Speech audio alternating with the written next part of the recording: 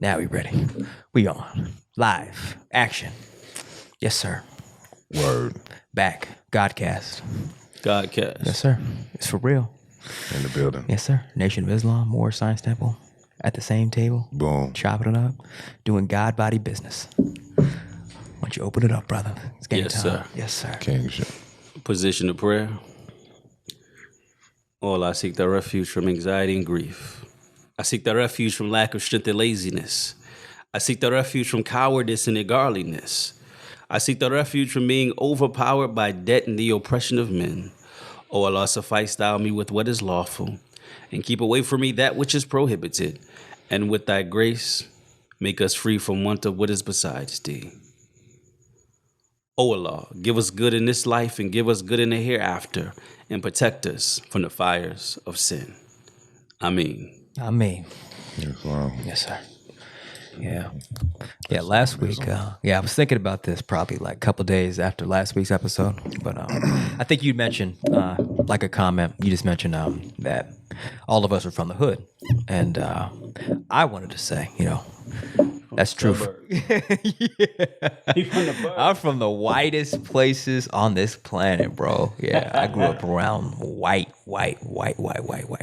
people. So Are you positive that's what I said? no, I mean, you could have been talking.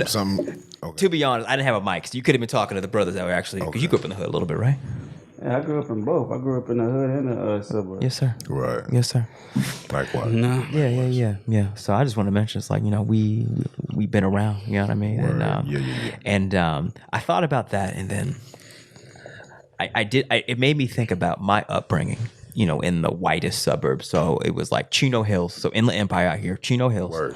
Yeah. Then East Amherst, New York. So outside of Buffalo, white flight suburbs. Then in Arkansas, where we moved when I was in 7th grade. It was just a town, but like a white town that used to be a sundown town. You know what a sundown town is? Yeah. Yeah. So Catch a nigga. yeah, after dark, sundown. it's a wrap. Yeah, It's his ass. yeah, beat his ass. So it was an ex-sundown town by the time we got there, but apparently just barely. Because I remember like when I first, we moved there, and like I remember the kids in 7th grade when niggas are at their worst. They didn't know the deadline was But I remember them telling me like it was a point of pride that like, hey, Springdale used to be a sundown town, right? I'm like, thanks for letting me know. Right. Okay, all right. Now Appreciate the welcome. now I understand. But all these places, so Southern California, Buffalo, New York, Arkansas, we grew up going to white church, you feel me? So like white evangelical church. So that's been a very grown up, that was a big part of my life, bro. Gotcha. And I didn't like going to church because I had the sense that it was mostly capping, mostly. But there was something there that, it's spirituality. So there was obviously something there that'll attune to your spirit. But the point is, I didn't realize it until you mentioned that, and I had something that happened to me after our episode last week, where it just got me thinking about like how it did kind of mold my spiritual worldview, and it got me to this point. So I can't sleep on it. You know what I'm saying? Gotcha. And I have to give credit where credit is due, because like throughout my entire life, there have been good ass white people that have kind of like had an eye on me and like guided me. So all like the good teachers that I had, like the good so in Christian church they have cell group where like it's on Wednesday night and the kids get together, talk Jesus and just like bond. But those people, that's what it is. Forgive me. I will put Talk Jesus and bond. I don't know if you're Were they joking talking on the low about or if white it's just too funny for me and shit. You know what I mean? So You never know with him. My Lord. well, obviously it's shit. white Jesus, man. That's it. But so with like white church, you never had experience with white church, and like Wait. Like my experience, with white church is my stepfather is from the Bahamas. where Right? So like this dude used to listen to like white gospel music. Right? yeah. So in him listening to white gospel music, like, oh Jesus Christ the Lord. It's like, yo, it's like the blandest gospel. I'm like, yo, how the like how do y'all get? Who gonna catch the Holy Ghost to this? You know what I'm saying? See? Yeah, You man. gonna catch Casper the Ghost, but you damn sure ain't catching the Holy Ghost. Yeah. To this the Lord has come, and Jesus Christ. Oh, I'm like, bro. man. I'm like, how could you listen to this that shit? shit. But no, I grew up in the black church, homie. I understand. I got baptized Oh, okay. out of pure guilt. You know how they guilt trip you well. You don't know because you went to white church. This is true. Right. Well, this is true. at black church, sir. You know, maybe you need to visit a black church. I did before I joined the nation, bro. Okay. I leveled up, bro. I went to white church, black church, Nation of Islam. Yeah, they still had white Jesus at the black church. Oh, absolutely, yeah. It was stepping stone. Stepping stone, right. Stepping stone. So, Yeah. so in the black church, I don't know if it was a Baptist church. Fee. Okay. So you notice that like every Sunday they would say, whoever wants to give their heart and their soul over to the Lord Jesus Christ, and have him be your savior, so that you can make it to heaven. Because when you die, you want to know where your soul is going to go. You want to have a pact with Jesus Christ. Walk down the aisle. So I used to be scared as hell. bro. Like, Yeah, man, I need yeah. to walk down this aisle because when I die, if I don't get baptized and give my life to Jesus Christ, Yeah. It's a wrap. I'm going to hell. It's a wrap, bro. So, It's a wrap. I finally, after like 100 Sundays, I scrounge up the courage to walk down the aisle. Down the aisle. Yeah. You know, my mom start crying. Oh, my son, he loves Jesus. Yeah, you know what I'm saying? She's all for the indoctrination. Yeah, man. You know what I mean? Yeah. And a few weeks later, I wound up getting baptized, and all of the ritualistic symbolism, without substance, though. It wasn't any external. It wasn't any internal change or external change. It was just symbology. Facts. I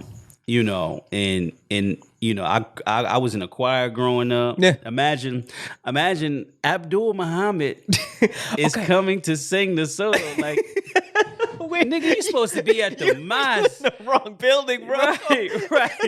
Yeah, bruh, it's Sunday, not Friday at 1:00. You know what I'm saying? You're supposed to be saying Alhamdulillah, not all praises due to God. Like, to God be the glory. Nah, homie, you're supposed to speak in Arabic. Yeah. So, it was that weird thing. I remember my solo was the Fisherman song. Yeah. Wow, That's dope. Yeah. Little did you know, you become one. Right.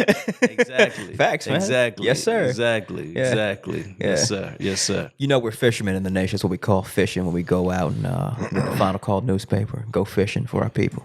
Yes, sir. So yeah, we're all fishermen. But yeah, Bless yes, it. sir. But yeah, I mean, it's because your father was a Muslim. That's how you got Muhammad, and you grew up with your stepfather and your mother. That's why you was going to church. Well, at one point in Yeah. time, my mother was Muslim. I mean, she's still Muslim by nature, by default. Genetic. Right, right. Facts. Whether she's consciously aware of it or has re-engaged with it is something totally different. You know what I mean? But her attribute was Zakiya.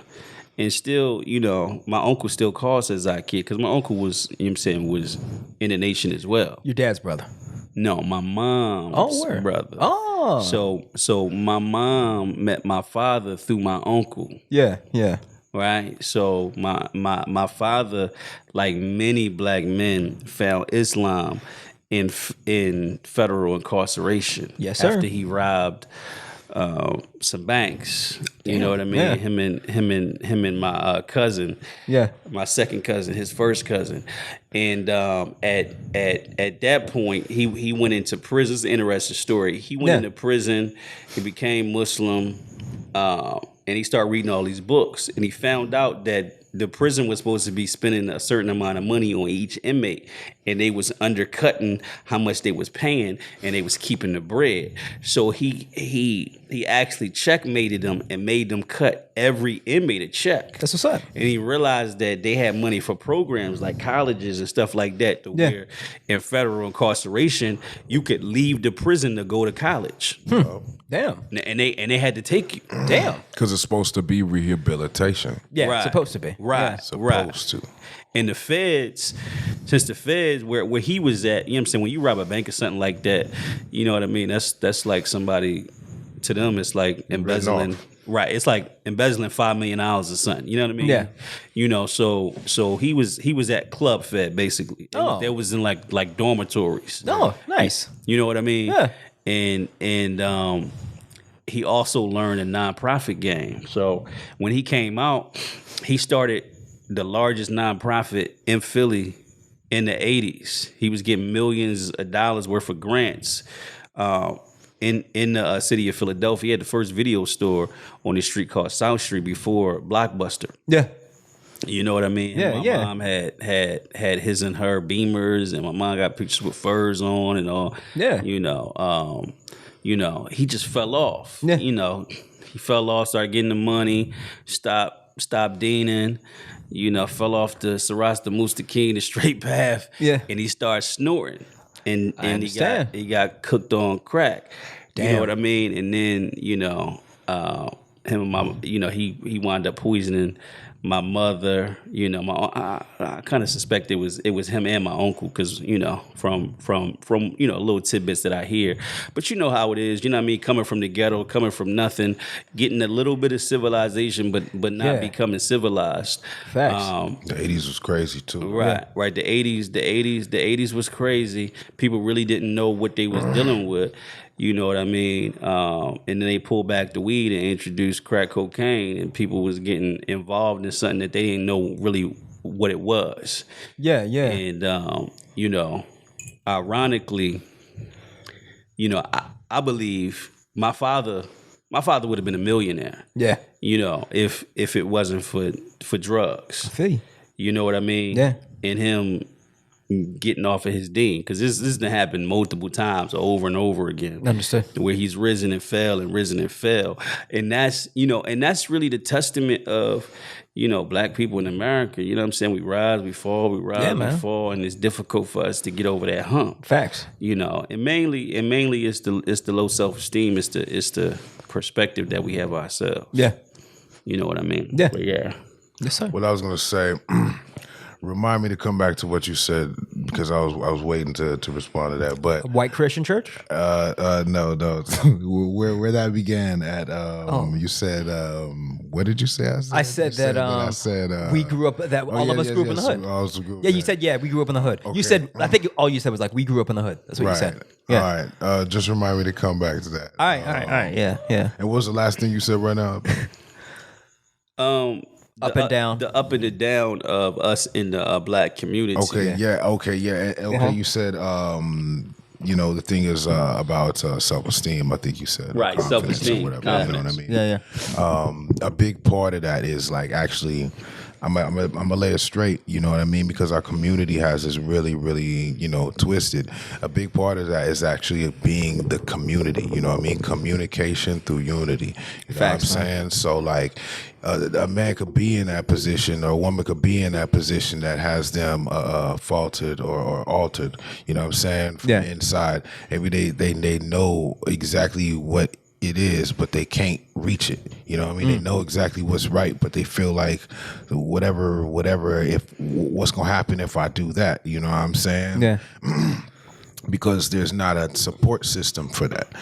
Yeah. The same way that you know, Shaitan has a support system throughout the whole world. Absolutely. Where, you know, if you're doing the wrong thing, your neighbor that go across the street that don't even know you is gonna be like, "Hey, right on, homie." You know what I mean? But at the same time, you could be on the right path and be fully confident with that, and that neighbor might not even know the right path, but be like, "Word, right on, homie, you rocking that, you styling that thing." You know what I'm saying? Yeah. And that's the way it is once you get there. But one's got to get there. Yeah. And just like you said, coming into whether it's the up and down or just trying to make it up, you know what I mean? Some of us, like I dread for my son, you know what I mean? I know he's got to come from the bottom now, Yeah. you know what I mean? Yeah. Especially without me there, you know what I'm saying? Yeah. So it's like he has absolute no education except deducation, miseducation. Yes, sir. And with that being there, and Deducation. me already that's good. activating his DNA up into 3 years old. Yeah. Yo, my lord. Like, so I dread for the youth them, you know what I'm saying? Because yeah. I know at the beginning is the most important part. Like, you know, if I put a seed right here, right now, and this thing sprouts in 2 weeks, whatever I do to it for the next 2 weeks will impact that plant for the rest of its life. If it's healthy enough to have a quote unquote rest of its life type thing. Yeah. You know what I'm saying? So things are not just psychologically, but some things, like you have muscle memory. You know what I'm saying? Your body remembers certain things. It ain't always trauma. It's everything. You know what I mean? So having that community, having that unity makes us back into one body. You feel me? Yeah, so if one over here feels like the finger, and one just feel like the finger and not the hand. Yeah. Or even you just feel like the hand.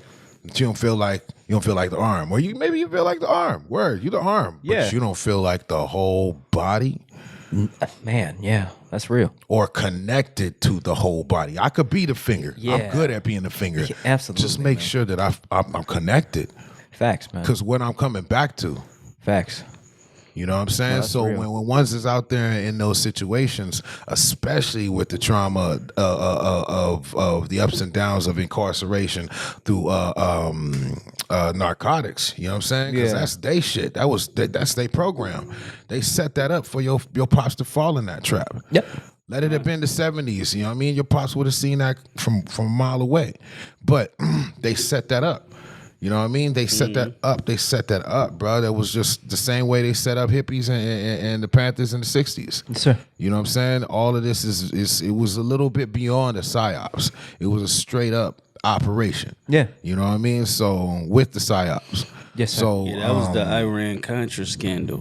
Yeah. And that was the fruition of it, which happened in the late 70s and early 80s when Ronald Reagan came into office and Congress decided to cut funding for the war against communism. Yep. Because that's what the whole Sandinistan thing was all about, and Iran was all about. It was that fact that they wanted to stop the spread of communism, and what they said was, all right, we got a problem in America.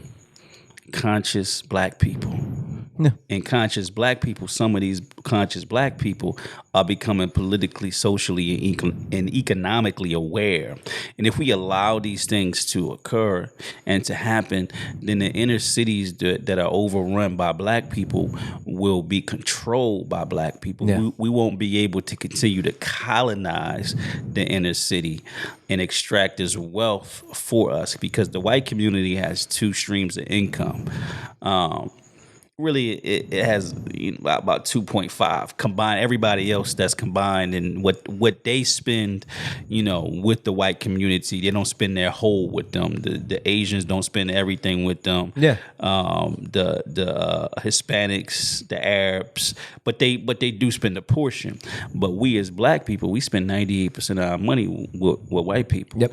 You know what I mean? Yep. So they're working off their income, and they're also working off our income, and then the small percentages that they get from every other racial demographic. So going back to the point of not being able to use the black community as a colony, they said, well, look, we got a problem here. And the problem is what it is. It's just black people coming to maturity. And if we allow that to happen, then we'll lose control. So let's use these drugs that they got in South America, right, to fund the war against communism, and the Sandinistas is fighting against it, right? Mm-hmm. To get guns to both to them and to the Iranians, and and then fund our operations with that drug money, right? Yeah. And destroy this black power, this black unity movement. You know what I mean? So like the brother said, it was designed to be, it was a trap, and that's why when brothers say I'm out in the trap, I mean, would a rat or a mouse or a roach, if they could speak, say, I'm out in the trap? No. They say I'm running away from that trap. Right. They wouldn't be standing in front of the trap. The trap. That's the trap, though. See, that was the psyops of the aftermath of it, because that's the point in using drugs and the food and the liquor. It's just biochemistry. You know what I'm saying? So I'm gonna break this down because I still wanted to respond to the first thing, but really quick, I gotta come in. I wouldn't say it was to stop us from maturing. We already are genetically over mature. You know what I'm saying? We are cosmic race. We basically are the inventors of our nemesis. Politically, socially, and economically, we were maturing to be able to control our own destiny without begging for them to do it. I got you. I think that's still more just like coming out of illusion or slumber, you know what I'm saying? But word, I feel you. Some addicts, you know what I'm saying? Tomato, my lord, you know what I'm saying? Yeah. Word. But no, in the essence of that, you know what I'm saying? The trap is to trap one's progress. And you imagine if your pops was doing what he was doing, going where he was going, teaching you what he was teaching you, having you where you was in your developing state, what type of Christ consciousness to be raised upon from that, you know what I'm saying? Especially at that time, you said, that's when your mom was representing herself as a Muslim, correct? When they were together. Right. Mm-hmm. So, you know what I'm saying? That was all wholesome. That was man, woman, and child. That was full wealth, supreme God, body, in liberty, right? It was only when, temptation came that all of us fell apart. You know what I'm saying? Yeah. So the only thing I wanted to say for that was to actually come into that communication through unity. The real major key is compassion. You know what I'm saying? And I know you compassion your father. I'm not saying that directly to you, my lord. I'm saying that it's to the community. You know what I'm saying? Well, maybe, Mystic and I are stepping on some stones that need to be stepped on, you know? But it's all love, beloved, you know what I mean? But my main thing is in order to come to the community with that, you know what I'm saying? Because the community, grandmas, you need to understand, like, you not in the position to get that big mama respect right now because you not doing big mama shit. Facts. You haven't done big mama shit, so nobody looking at you like big mama. Nobody's seeing you running nothing. Nobody's seeing you organizing nothing. You know what I'm saying? They just see you like the old lady on the couch and shit. That's grandma. She been here for 3-4 generations now. Facts. You know what I'm saying? That's real, but you ain't even 80 years old. Your 3 generations is every 15, 16 years. Every time somebody can get pregnant, they do. You know what I mean? So the thing is, and that's cool. That's cool. If you got a quick speed generation, I don't knock none of that because that's how we run it anyways up the sun. So I'm cool, all due respect, but keep knowledge, keep compassion for the next, you know what I'm saying? Because that's what's going to lift that one out of them turmoil, you know what I mean? Whether it be man or woman, that thing is genderless. Whether it be drugs, it doesn't matter. We all dealing with the exact same warfare. Oh, absolutely. You know what I'm saying? Absolutely. And it really genuinely, it starts biochemically because this is the temple of God. Yeah. This is the house, the spaceship, and the time traveling mechanism of the creator, right? Yes, sir. So that being said, it's got to come in. Everything that comes in the windows, everything that comes in every orifice, every entrance that's an entrance. We allowing these things into the house of God. You know what I'm saying? Sir. So, like I was saying last week and come full circle, this is what I think I was talking about. I think I was in the context of food when I said that we all kind of came up in the hood, like that we all came up from eating like gutter stuff. You know what I mean? Understood. We all came Facts. up off of McDonald's and, I think that's where I was coming from. If I remember right. I mean, we could play it back, but either way.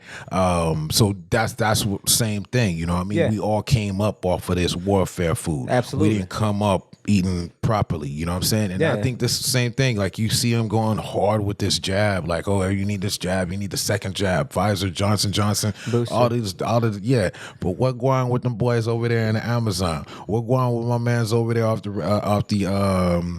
reservation or the brethren and sister over there in Mexico who just don't even get fucked with, you know what I'm saying? Facts. La Policia overstand La Indio and shit, and just respect the difference, you know what I'm saying? Yeah. What about that? Nah, they not even, the only thing is for those that they can, and that's they chattel.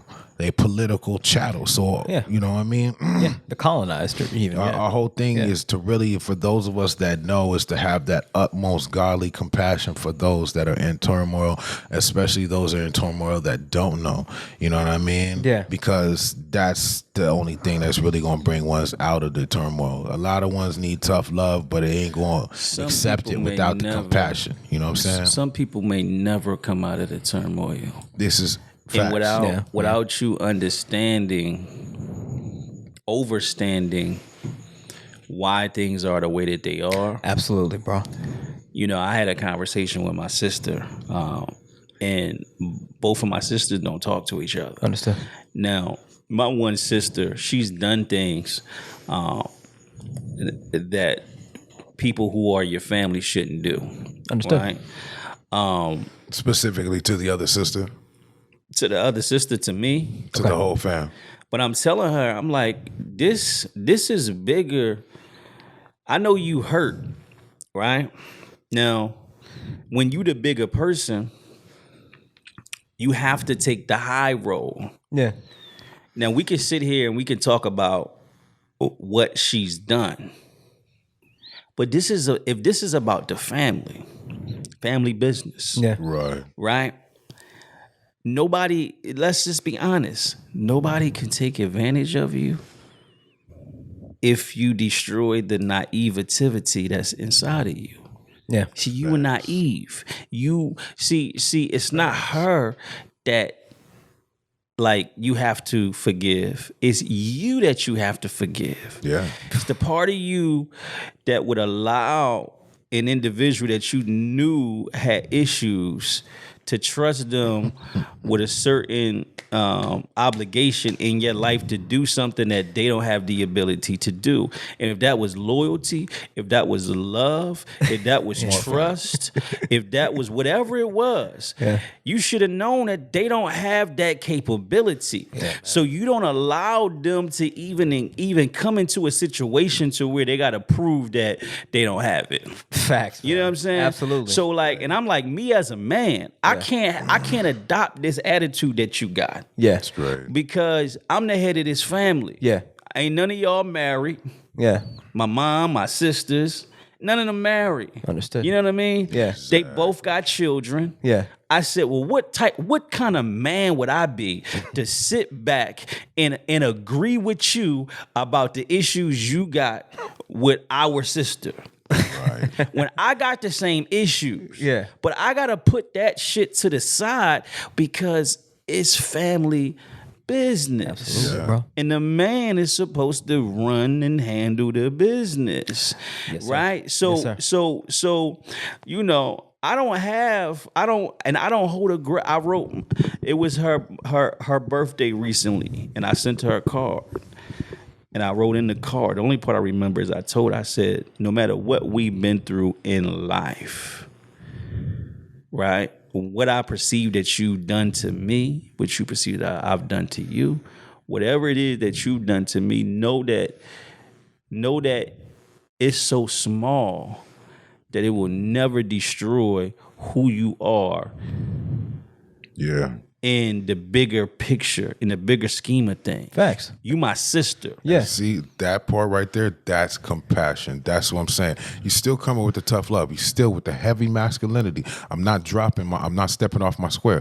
But yeah, I'm not gonna say that you didn't do something. Yeah, man. Because you did. Yo. But we ain't gotta dwell on that shit. Yes, but Absolutely. that compassion is gonna be there for like whenever she do make a decision to even think about having a conversation about even just any type of change. change, even if she just want to vent, just to hear what she know you gonna say. You know what I'm saying? She gonna be coming to you because you gave that compassion first. You put that platform there for that love to be there. You feel me? Yeah. So it's like that, man. You like, man. I can't even stress it enough how much that impacts. Like all term, love is the key. Love is the answer. You know what I'm saying? Love is the ultimate weaponry, expression, and number one ketone of the creator of all creation. So like, man, I'm telling y'all, compassion. It's something we say in the nation, that we have to love our people more than they hate themselves. Yes, Absolutely. sir. Because we are in a perpetual state of self-hate. Yeah. Because see white supremacy and its antonym, which is black inferiority, they are synonymous with they're polarities. They're yin and yang with each other, but they're two are both falsehoods. White supremacy is a lie, That's right. and black inferiority is a lie. One gives a false sense of confidence to people who don't deserve it, and one gives this false sense of self-worthlessness. Facts. Well, check, beloved. I mean, it's all falsehood because at the end of the day, they're what black and white genuinely mean are political undertones. Right, right. We're not talking about genuine living entities or nations of bodies and peoples. Facts. So the fact that that's already Well, the most honorable Elijah Muhammad blindfold, you know what I mean? already gave us the extensive version or the extended clip of not necessarily black, because he asked the question of who is the original man. Right? Yeah. He didn't say who was the black man. Facts. He said who is the original man. Now, inside of the definition of original man is black, but it's not necessarily black because we're not black. We're dark brown at his best and light brown copper at his opposite spectrum. Yeah. Or even whiter than white actually at his opposite spectrum. But he said, who is the original man? It is the Asiatic black man, the maker, the owner, the cream of the planet Earth, God of the universe. Right? Yes, sir. So that's somewhere in the middle, but what he didn't mean the color, he meant that from black comes every other color, and from the original man came every other race of people. But you can't get a nation out of black. And this is why he said you're the Asiatic black man. Yeah. Asia, the whole world was called Asia at one point in time, and the white man knows it, and that's why in Semitic he said that the main subgroup of Semitic people are the Afro-Asiatic people. He's hiding it right there. Absolutely. Right, and then he asked who was the colored man. Yaqub's grafted devil. Yes, sir. The Caucasian white man, Yaqub's grafted devil, the skunk of the planet Earth. Now, you look at a skunk, one side black, the other side black, but in the middle, it's a white strip down the middle. Yes, sir. The white is dividing the original man from itself. Damn. Right? Yeah. And wherever you go, where the skunk's work has been effective, you have a pungent smell, not a real smell, a metaphorical smell. The people are funky. Wow. They got funky attitudes. Facts. Yeah. Right? They live in a funky life. Yes, sir. Their neighborhoods look funky. Yeah. From the so-called third world in Africa and South America, massive amounts of natural resources, way more than Europe and America got, Absolutely. but yet they're living in funky. It's funky. Conditions. It's funky, because bro. once a skunk comes and he's no longer there, the only thing that remains is that funk. Scent. That scent. Absolutely. Man. And we ain't talking about P-Funk. Yeah. You know what I'm saying? And the All-Stars, whatever his name is. Right? Yeah, man. Got you. Yeah. Got you. It divides black. That skunk. I did. Yeah. Was that your analysis of the skunk of planet Earth? Brother. That's nasty, bro. I never heard that before. I should have gave him credit. Who? Brother Brother Nuri made that yeah, of course. analogy. That's Let me slick. give him his credit. Yes, sir. You know what I mean? I'm just borrowing. Yeah. I'm parroting. Yeah, when I heard that in the teaching, I was like, okay, skunk, that makes sense. He funks things up, but I never took it down to the fact that a skunk has a tail that is white that spits black, which is the function of the Caucasian, and come into contact with the original man. It splits us up, divides. That's right. Yes, sir. Right. Yes, sir. Man. You was on something, but yeah, that was... I was. Yeah. I thought you was going to say something more. I'm going to go back eventually to what I was talking about with growing up around white people, but yeah. I got to use the bathroom. Yeah. Yes, sir. But you can talk about... Okay. Yeah. But, I mean... Actually, no, I'll go back to... but yeah, so my point is, like, when I grew up, white people, right? So that meant white church, white Jesus, pretty much white everything, white normativity. And there have been, certain pillars of my life that have been anchored by football coaches, teachers, and then people within the church that would just always have my back, Exactly. as they could, given the framework of white supremacy, as much as a white person could have a black person's back. You know what I'm saying? Especially in a white school. Especially in a white school. You understand, but exactly. Right. So it's all relative. With white friends and white peers. Exactly. Relative, but trust, I know. Yeah, it's just funny. All like, too well. yeah, it's very easy for me to once I started coming into knowledge of self, it's just to forget all that shit. You know what I'm saying? To realize it's like, no, actually, there were people along your path that led you to knowledge of self, bro. So you can't just pretend that didn't happen because you joined the Nation of Islam, bro. Like, what do you? You can't ignore that fact and act like you've been like this your whole life. So it's like, it's really what I've been. Especially last week, is like really asking myself, like, what does that mean? Allah put me on that path for a reason. You know what I'm saying? And I've kind of felt like, I was like, man, like I can't just get this knowledge of self and just keep it in house, bro. You know what I'm saying? Trust. Jesus didn't just talk. Jesus talked to everybody. You know what I'm saying? Yeah. Like, I can't just... I was like... And that responsibility... Now, that's what it feels like right now, is there's a responsibility of how do I give back to the people that helped put me on. You know what I'm saying? Trust. Yeah. Trust. And specifically, there was... And I got to call it an incident, but it's just something that happened, but... There is, we were at the park, me and my children were at the park last week down the street, South Pasadena, and my daughter comes up to me and says, "Hey, Daddy, Jonathan Vince is here." And he's this, Jonathan Vince is a man I met at the park probably like 9 months ago, and he was a real cool dude, white man, and but we bonded over the fact that everyone was tripping about a mask, and we was the only people at the park not wearing masks, letting our children play, and so we automatically hit it off. And it didn't take him long to actually just like tell me that he was a Christian and not ashamed of it. And I was like, I respect that, bro. Like, I super respect that. The fact that you felt like that you were honest enough for me to just put your faith out there, especially in this side of the country where people don't really rock with faith at all that much, especially white people. They want to be trendy and liberal and whatever. So I respected that.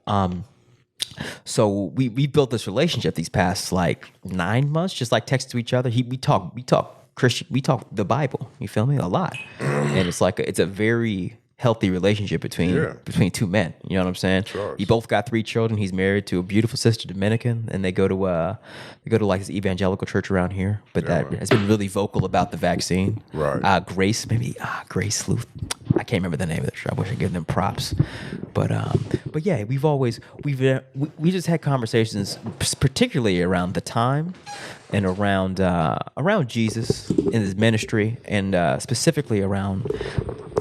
He's really nasty with the Bible. Like he actually wanted to go to school to be like a minister. So he takes it seriously. And but point is, like, we built this relationship, and we never had that I never had that Islam conversations. He naturally assumed, because I was so comfortable and knowledgeable. I'm talking about a brother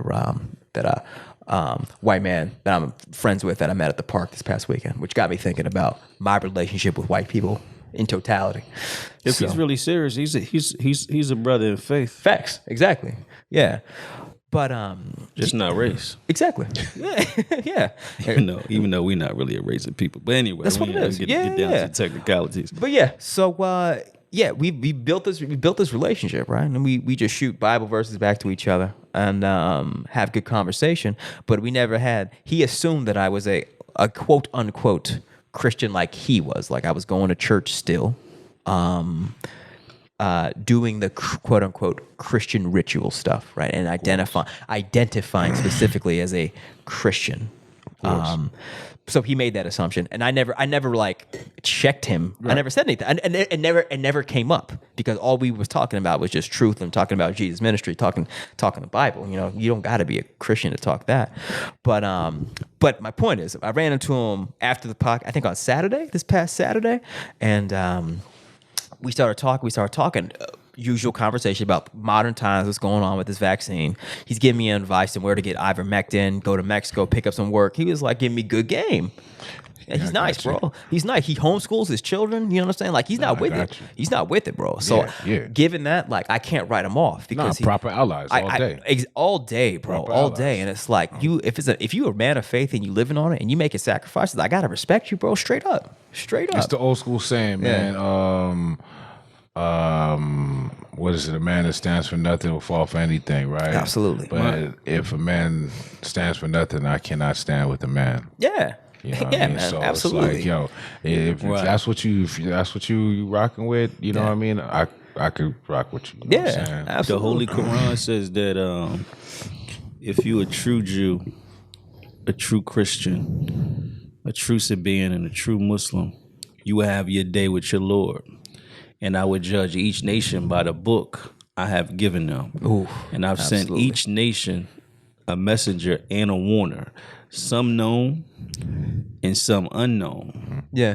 Right? So even if we don't know, it's like everybody don't know about Confucius, right? Yeah. Everybody don't know what Buddha was talking about. Mm-hmm. But when you lay down and you hear the principles and it's based upon righteousness, freedom, justice, and equality. Absolutely. It's Islam in just another form. It's a mutated version of Islam to fit the demographic of people and that culture and in their cultural normalities. Yeah. You know what I mean? So we as people, you know, we can get caught up sometimes in the physical appearances. We should be proud of who we are. But every devil is not a devil. Yeah. Because evil is a bad name after faith. The Holy Quran also says. What does that mean? Evil is a bad name after faith. I never actually tried to understand what that meant. Well, the Most Honorable Elijah Muhammad said that there were white Muslims who are our brothers. Yes, sir. Right? Yeah. Who would assist us and who would aid us. Absolutely. Now, it's people that come in the name of Islam, that come in the name of Jesus, that come in the name of whatever they represent, that's supposed to be righteous principles, but they are not that.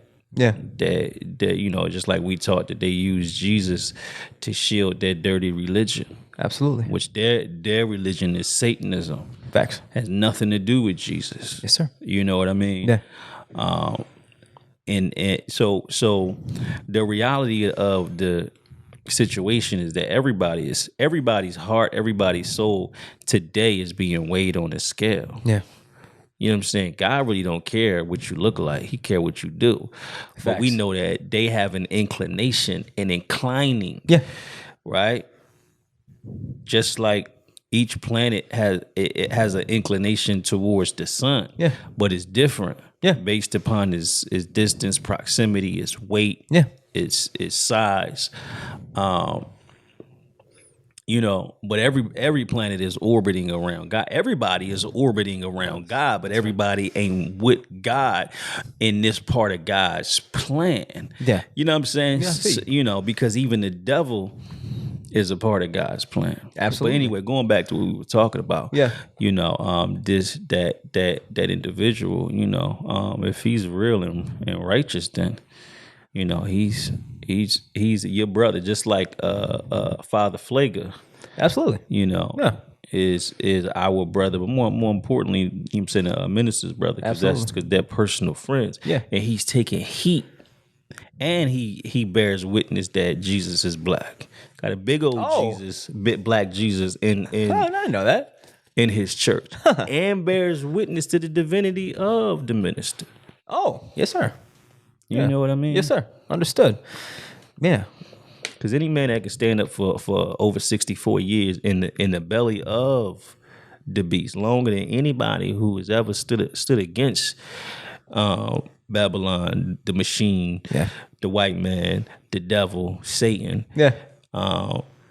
With many assassination attempts on his life. It's just like Fidel Castro was a divine man. Absolutely. People might not agree with his form of politics, but to have over 500 assassination attempts on your life, and none of them successful. Yeah, man. That's nothing but the Most High that spared him all 500 times. Absolutely. Because one thing white people is accurate at is taking shots. Absolutely, bro. You know what I'm saying? Facts. They can't play basketball for shit, but they can shoot that ball. They can't run in, you know what I'm saying, juke you on the football field, but Tom Brady can throw an accurate ass pass. Absolutely. Put some pressure on him. Absolutely. He gonna fold if he don't got the proper, you know what I'm saying, protection. Yeah, yeah. You feel me? Yeah. But that's just a sign of what they excel in. Yeah. Also in the real world outside of sport and play. Absolutely. They take shots. It's They taking them shots. They take them shots, bro. And it's like the feds. Yeah. The feds don't come after you until they got a solid case. This is why they win 9 out of 10 of their cases, because they already, by the time they put them charges on you, It's a wrap. they got you in a catch-22, in a conundrum, and there's really nothing you can do about it unless they miss one I. They didn't dot one I across one T that you can. If you know you've been fucking up and you even see a Fed, you might as well just go ahead and empty your pockets and tell the motherfuckers, let me get one last joint before we go. You did? Absolutely, man. Because you're done in, you know what I'm saying? Like, they just it's mastery. Like I said, it's you gotta mastery, give it to the enemy bro. and shit. No, you it's know? mastery. It's mastery. But yeah. well, I was gonna say something, but yo, let me connect the dots for me, yo. Okay, so let me finish the story. Yeah. Because I want to it's just like it gave me a new perspective, man. Because I was telling him when you was out, like, I started at white church, you know what I'm saying? Now I'm in the Nation of Islam, and how am I going to forget, like, my foundation of growing up and being my spiritual moorings being built by, the white infrastructure, for better and for worse. So what I've been thinking is just thinking of like how much I've been kind of ignoring when it comes to engaging with white society at large, especially people that I grew up with. It's like I've been ignoring the fact that I've made this elevation, this change, that I've joined the Nation of Islam. You know what I'm saying? So, and I've been feeling this feeling of disingenuousness by not being more forthright about my journey with this particular subset of people. Why do you think that is? Fear of judgment, perhaps? Maybe. Yeah. That's still a reality right now? Right now, it's more like fear. Not even fear. It's just like I think it's more like, what's the point? I feel that. Yeah, what's the point? Like, it's not in your nature to accept to what I believe as true as truth. You know what I'm saying? So why waste my effort? And what's the conversation for? Like, where we're gonna go with that? You gonna come to and read the Quran and study with me? I mean, yeah, right. Burn herbs and pray. I got this black seed oil. Yeah, You know what I'm saying, like, that's real, bro. Nah, it's real. Yeah. So certain ponds you fish, certain ponds you don't. Right? Facts. How long you been in the nation? 3 years. Okay. Yeah, it's funny. Yeah, 3 years. When I joined the nation, my mom told me, she said, you joining a cult, right? I said, hold up. Cult means hidden, secret, not publicly known. Yeah. And you've been in a cult. You in a cult that's been a cult for so long that people forgot it was a cult. Yeah. So don't tell me about no cult Absolutely. shit. Because you can find out everything about what the Nation of Islam is about. We ain't got no secrets. Absolutely. Yeah. Yeah, but point is, like, me and this man Jonathan Vince, we have conversations just about scripture, his scripture, Bible, and the conversation of Islam never came up until this past Saturday when we was talking, and then he was like, "You want to come to church with us? Are you going to church anywhere?" And I was like, man, Here we go. yeah. I didn't demur either. I was just like, man, it's here. Drum it's roll. here. And But you had to face it because those individuals, regardless of what racial demographic that they're in, yeah, they were and really are still a part of your life. absolutely. You know what I mean? So it's not that you owe them an explanation. It's not that why should you? Bro, this is like, this is spiritual warfare. Facts. You know what I mean? You got to put on the whole armor of God. Yeah. And Allah wants you to know. He wants you to know that whatever situation that you're in, whoever you're speaking to, Yeah.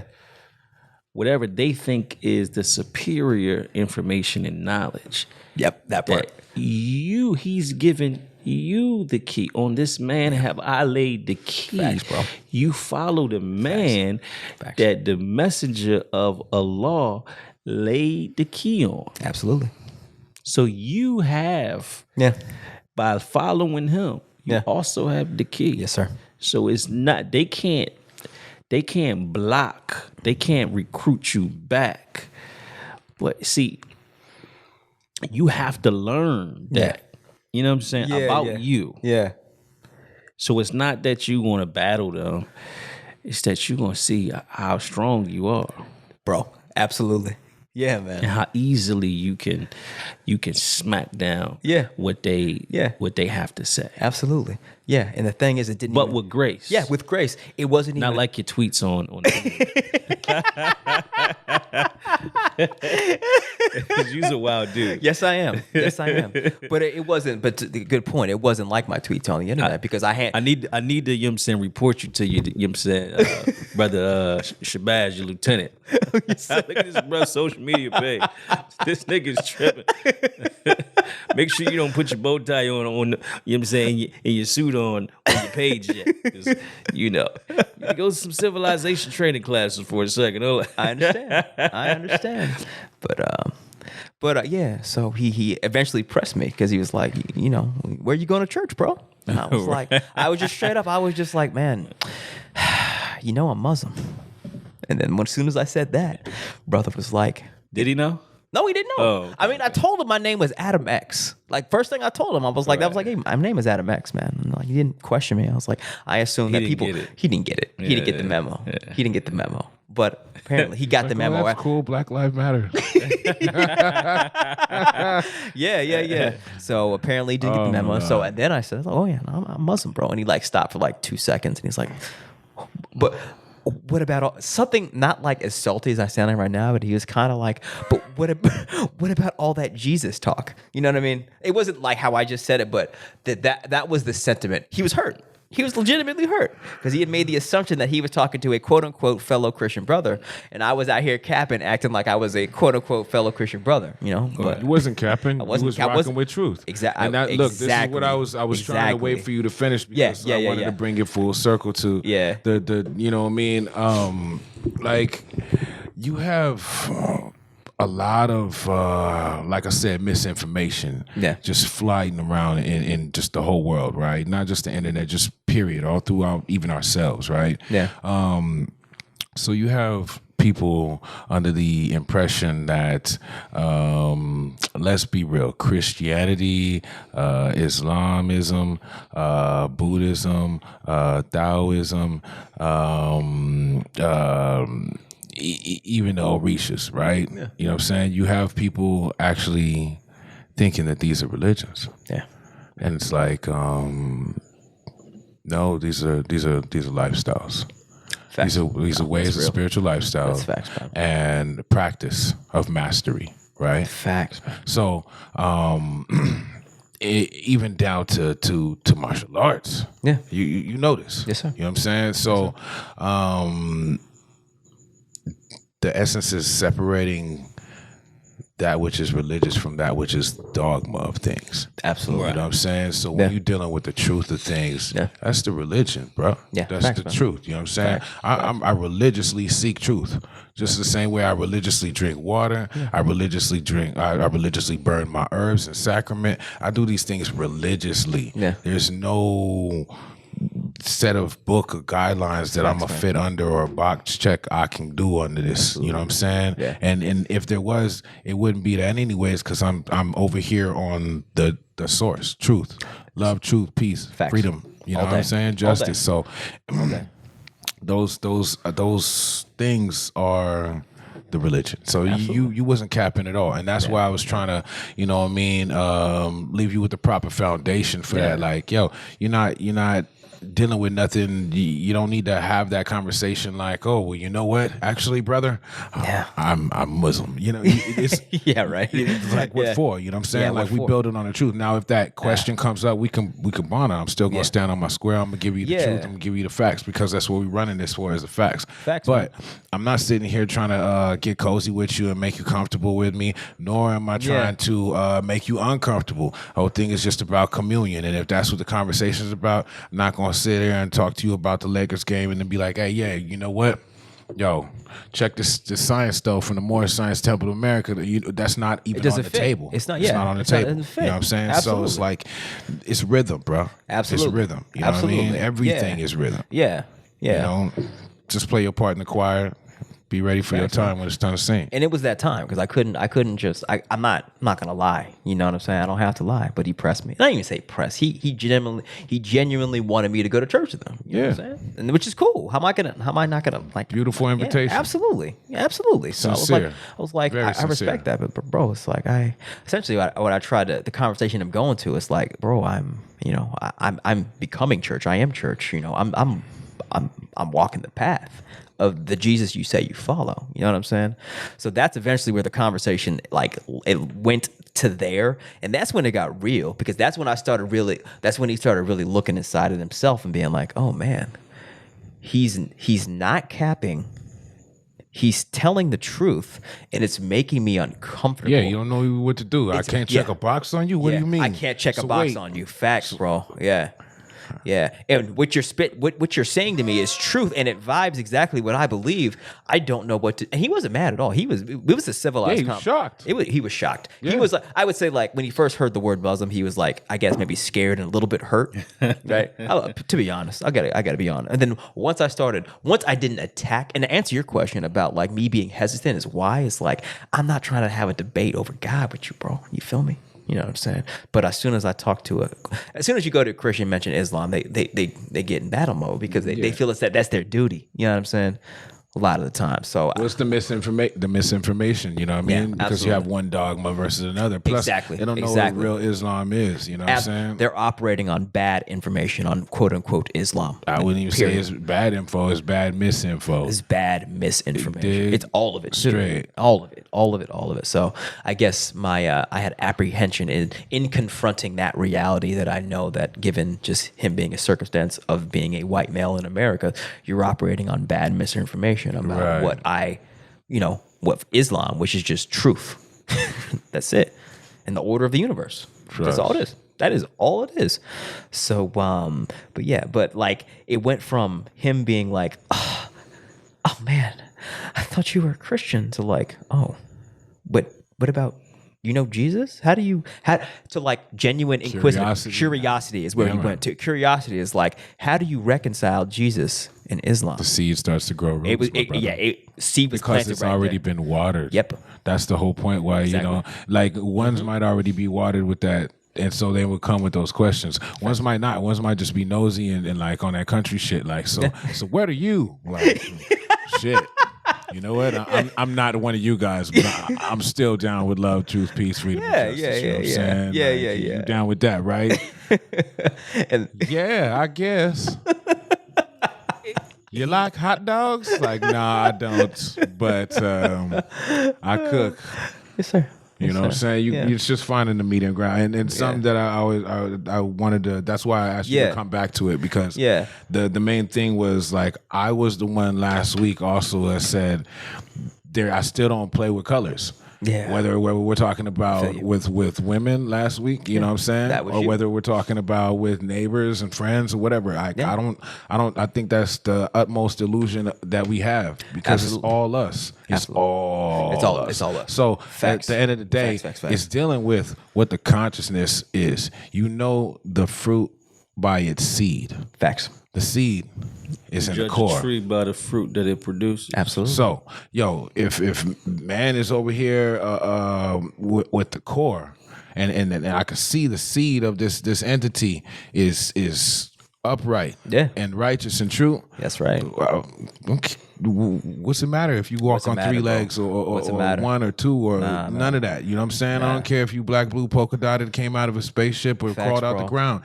Yo, you rocking on the same side of this war as I am, then we here. We here, We bro. here. We on the same So side. all of We that on other the stuff same. just keeps us segregated Absolutely. and separated, and that's the enemy's tool. See, Absolutely. the enemy walks with two legs, and those are his main two tools he always kicks with, and that's deception and division. Facts. He don't never, ever, ever go nowhere without leaving them two imprints. Facts. Absolutely. You want to really come together, compassion, communication, and unity. Facts, man. Yeah. You know, the Honorable Minister Louis Farrakhan said that the devil's mathematics is division and subtraction. What you said just reminded me of that. He seeks to divide, and once he gets you divided, he seeks to subtract you from the equation, because you're the most vulnerable when you're alone. And Absolutely. God's mathematics is addition and multiplication. He seeks to add to you, and then multiply after he adds. Oftentimes in those type of situations, it's like you said earlier, we're fishermen. Yeah. You know, people can sense somebody that has strong qualities about them that can be a great help and service to their ministry, you know. Yeah. And he probably felt that as well. Like, you know, here's a young man, in his mind, here's a young man that you know, I might be able to. He might not have a son or a young person at his church that he can give the reins to. Yeah, that's real. You know, sometimes, and like, oh, this Sunday we're gonna have Adam X and preach us a sermon on the life of Jesus. You know what I mean? Real, So he was imagining probably in his mind. Yeah. You know, your potential at, displaying, a Christian Your light, my perspective light. of God, right? And there's nothing wrong with that. Right. Nah. There's nothing. There's nothing wrong with that. Yeah. You know what I mean? But the shock, like, Thank you. Yeah. you're Muslim, because the perception is that Muslims don't believe in Jesus. Absolutely. You know what I mean? Absolutely. Misperception. Yes, sir. The misperception is that Muslims don't believe in Jesus, which is a falsity. Because Jesus himself was Muslim. Absolutely. Because Muslim only means, if you go deeper than just the label, it just means one who has submitted their will to do the will of God. And what did Jesus say? I don't do my bidding. Yeah. I do the bidding of the Father. Yeah. Not what does it say? He said not my word or not my way, but my Father's way. Yeah. Yes, sir. You know what I mean? Absolutely. So That's in the Bible. It's Right. clear. It's very Right. clear that he demurs to the Father, his Father. And Islam means total submission. Yes, sir. Well, Muslim actually is a misnomer for Muslim, if I remember right from the deep studies of the adepts, and that comes from actual genetics dealing with the land and the properties before the great split of the Atlantic River coming to the Atlantic Ocean. It's bullet points to all definitions, multiple, ways of understanding it. Yes, sir. I got you. Yes, sir. But further expound on your explanation of Muslim. Go on. Yeah. To bring it home, Muslim is what it was originally composited as, which was like I said, a word that derived from us being the original people of the land. That was essentially what we at last called ourselves, being descendants of the ancient Moabites and Canaanites. You know what I'm saying? Especially on this side of the Atlantic River. Yes, sir. So yeah, all of that coming full circle. You have to just like realize that we are still the number one educators. This is why the compassion. I'm always be saying the same thing. You know what I mean? Facts. From the top of the mountain, you can see much more. And it's always going to be compassion. You being compassionate to that brother in that situation, he don't know what to do.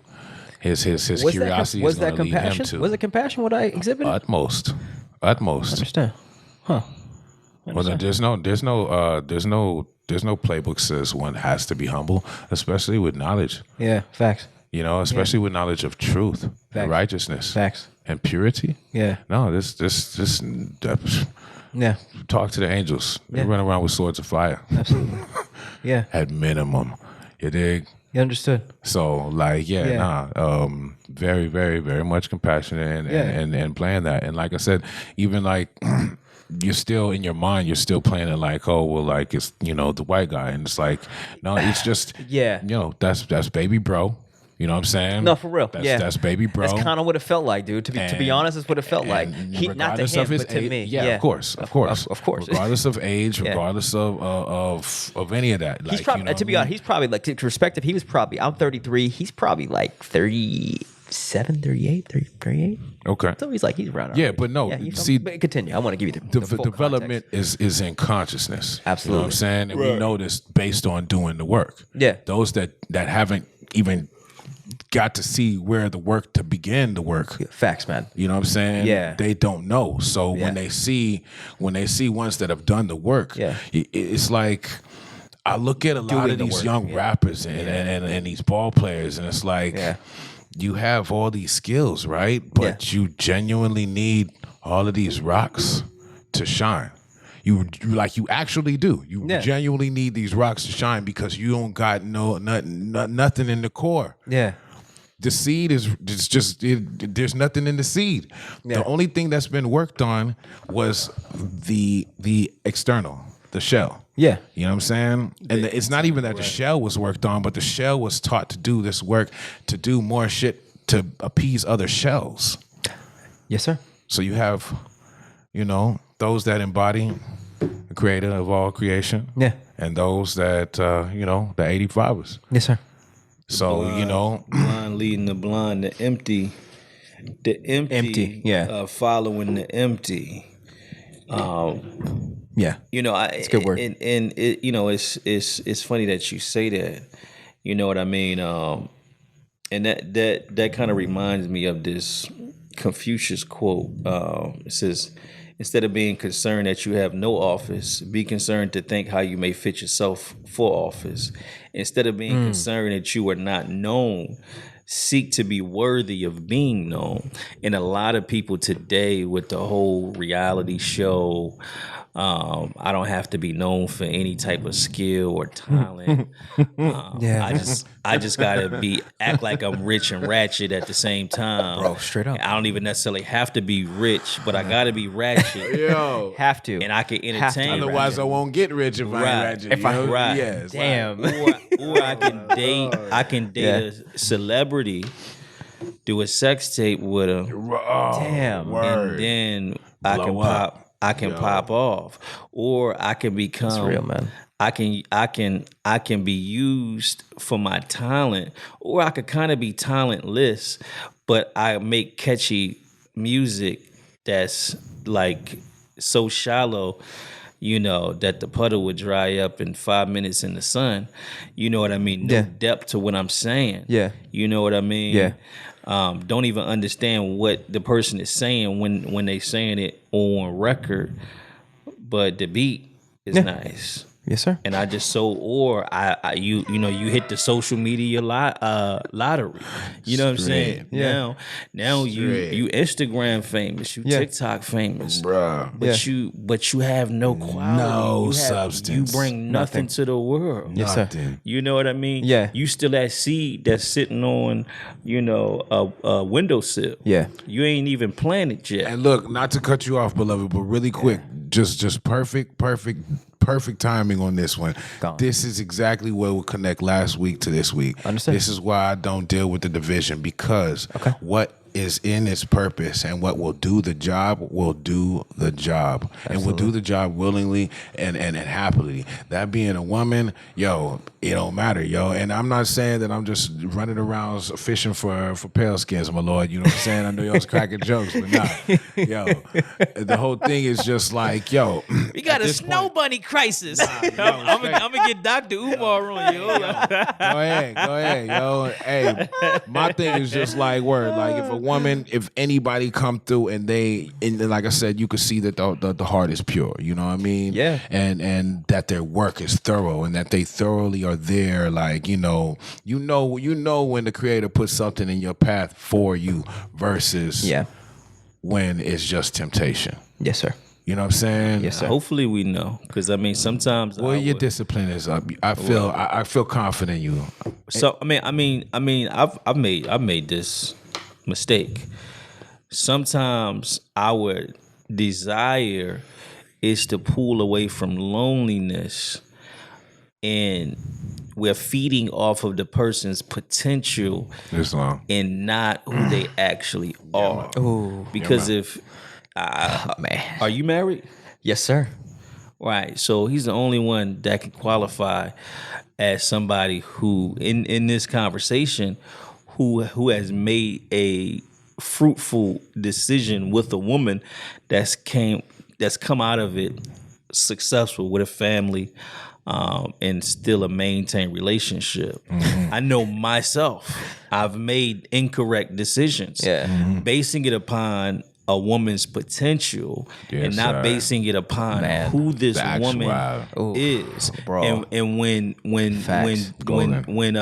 Joseph came to marry in the form of a well-made man, I don't believe in no damn immaculate conception. God slid up on Mary and slid his spiritual penis up in her and impregnated her with Jesus. No, Joseph was there the whole time. Joseph was the one that got the nookie. She wasn't a virgin anyway. She had three other kids. Didn't he have the two brothers, one sister? That had to be after. That was afterwards. He did have siblings, but at that point, Mary had, you know what I'm saying, hadn't been touched by a man. You feel me? However, Joseph was there. And it says that God came to Mary in the form of a well-made man. With the name of Joseph. Exactly. Yes, sir. You know what I mean? But anyway, to go back to what Said, oh, Father. the Father, the Son, and the They Holy wasn't Ghost. saying daddy back then. He was like, oh, Father. right. Hit it, Father. Let's stop. Bad, good jokes. Good bad jokes. But you know, me knowing myself, right? So you being you see, sometimes we can be, well, not sometimes we can be. Once you become who you are, you will attract women who are not on your level, who don't desire to come to your level, but will act like they want to come up to your level because they want to steal some light. They want to bask in the sunshine and get a tan momentarily. Yeah. But they don't want to live there. That's why I said purpose over pom pom all day. And if you live in that, but some of these women are good women. They're good, but they're not good for you. You know what I'm saying? Word. They're not good for you. You gotta admit that. They're good for somebody else. Yes. Praises. You know what I mean? Yeah, man. So because they can't assist you on your path. That's God business right there. You're like, well, if I can bring you up to this level, only God's deal with this shit. Right. Only God's deal with this shit. Right. Average Joe don't deal with this shit. Hell no. No, nah. Executive Joe don't deal Because with this shit. they don't Commercial Joe don't deal with this shit. No, bro, because they don't. There's no consciousness. It's just like a woman on another level than you. Exactly. She's going to demand certain things out of you. She's going to say, look, you got these holes in your armor. You need to plug them. Yeah. Because if you don't, what we got ain't going to work. And if you don't want to do it, then you can miss me with that. We're going to have to part ways, right? Yeah, so a man is like, all right, men are a lot different than women. If a man really wants a woman, He'll flip coins on that. he'll be like, you know what? All right, I really want to do this, but you know what? She right. He'll struggle with himself. A woman, Yeah. No coin flip, no coin toss. no. I'm out. she will right. will have you spinning your wheels and give you just enough to think that she Fuck, man. might She's so right. do it. She might change. Just to keep you going. Oh, God. Just to keep you running on that treadmill. You're right. Just to keep you going on that treadmill. Because yo. if she's not ready, she will resent you if you try to force her on that path. Oh, absolutely. And she know that that's inevitably That's what's gonna She'll happen. tell you, Yeah. I know that what you want me to do and what you require of me will make me a better person. Is really the right thing to do. Is the best thing to do. But I that's not what I want to do. boom, Yeah. God, yo. Absolutely. And women have a God type of memory. It's like an eternal memory. Yeah. And they can't shut it off. Yeah. Absolutely. They're always gonna remember. Yeah. I changed my life for That's this. from the you know what I'm other saying, guy, for this yo. They dude. got that shit Yeah. from the other guy. That's what When happens when you- you eat that fruit. I became a Muslim for him. Right. Facts. You didn't catch her Yeah. before whoever that she really loved the first time destroyed that trust. And is the reason why she's so insecure. Yeah. And now when she meets somebody that she feels as though that she could feel that way, now she's looking for anything that you could that you say wrong and don't do right, and any signs that you playing games. So now she's schizophrenic. She's making up scenarios inside of her brain that don't even match reality because she's trying to figure out, is this going to happen to me again?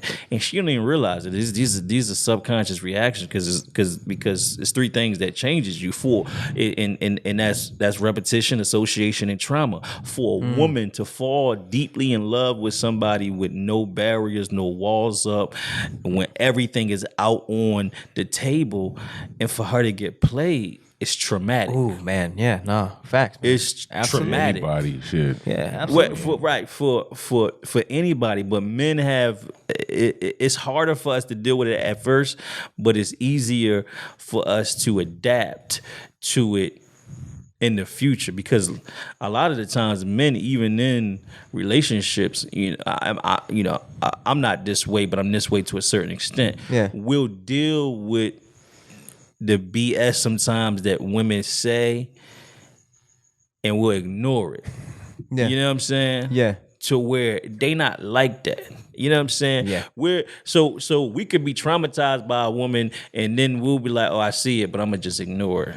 I'm not even gonna say nothing because I know where this is gonna go. I know where this is gonna lead to. Yeah, that's the they main thing. have to say where we can negotiate with ourselves and be like, I'm gonna just practice self-control. Yeah. That's what I said. Man gonna flip coins and shit. You know what I'm saying? Yeah. Like all day. You know what I mean? But also play the part too. You know what I mean? You also have, and I think that's. Let me give you props on that. It's a beautiful display of like, cause and effect turmoil. You know what I mean? That we dealing with. You know what I mean? From this side of the Praises game. due to Allah. Yeah.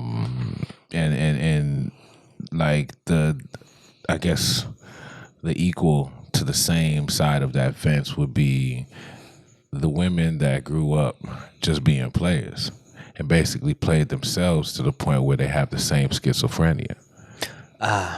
It's like the gunman being scared of getting shot. Facts. The sword man being scared of He know eventually it's gonna come. Yeah, it's your nemesis. You set yourself up for this. You know what I'm saying? Yeah. Absolutely. It's like I've been spreading love, peace, and mushrooms and ganja so long.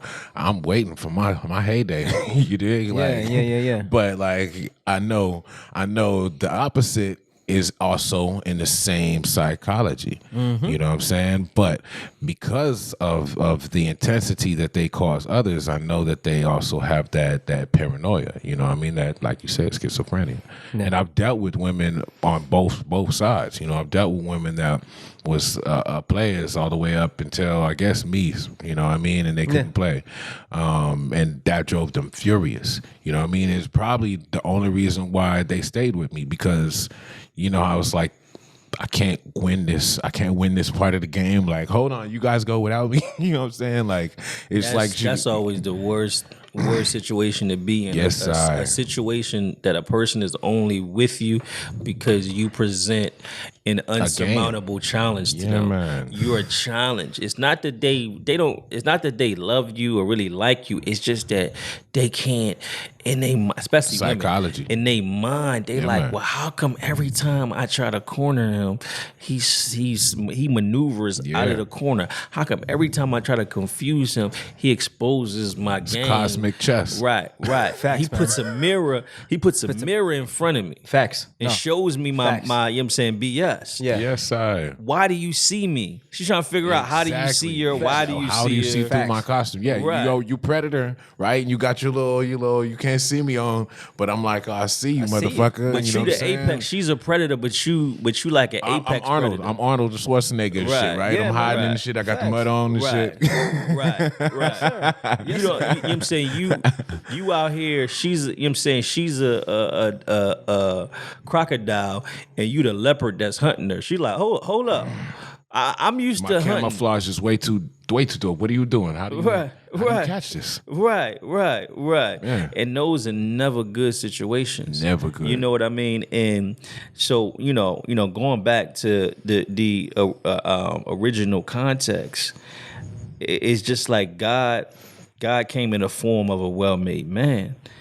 And I believe that God will send you a well-made woman. And when you get that well-made woman, she will embody the characteristics that are good for you, that are compatible to you, that help nurture and what do you call it? Cultivate. You not just cultivate, but what do you call it? You know, when you in body.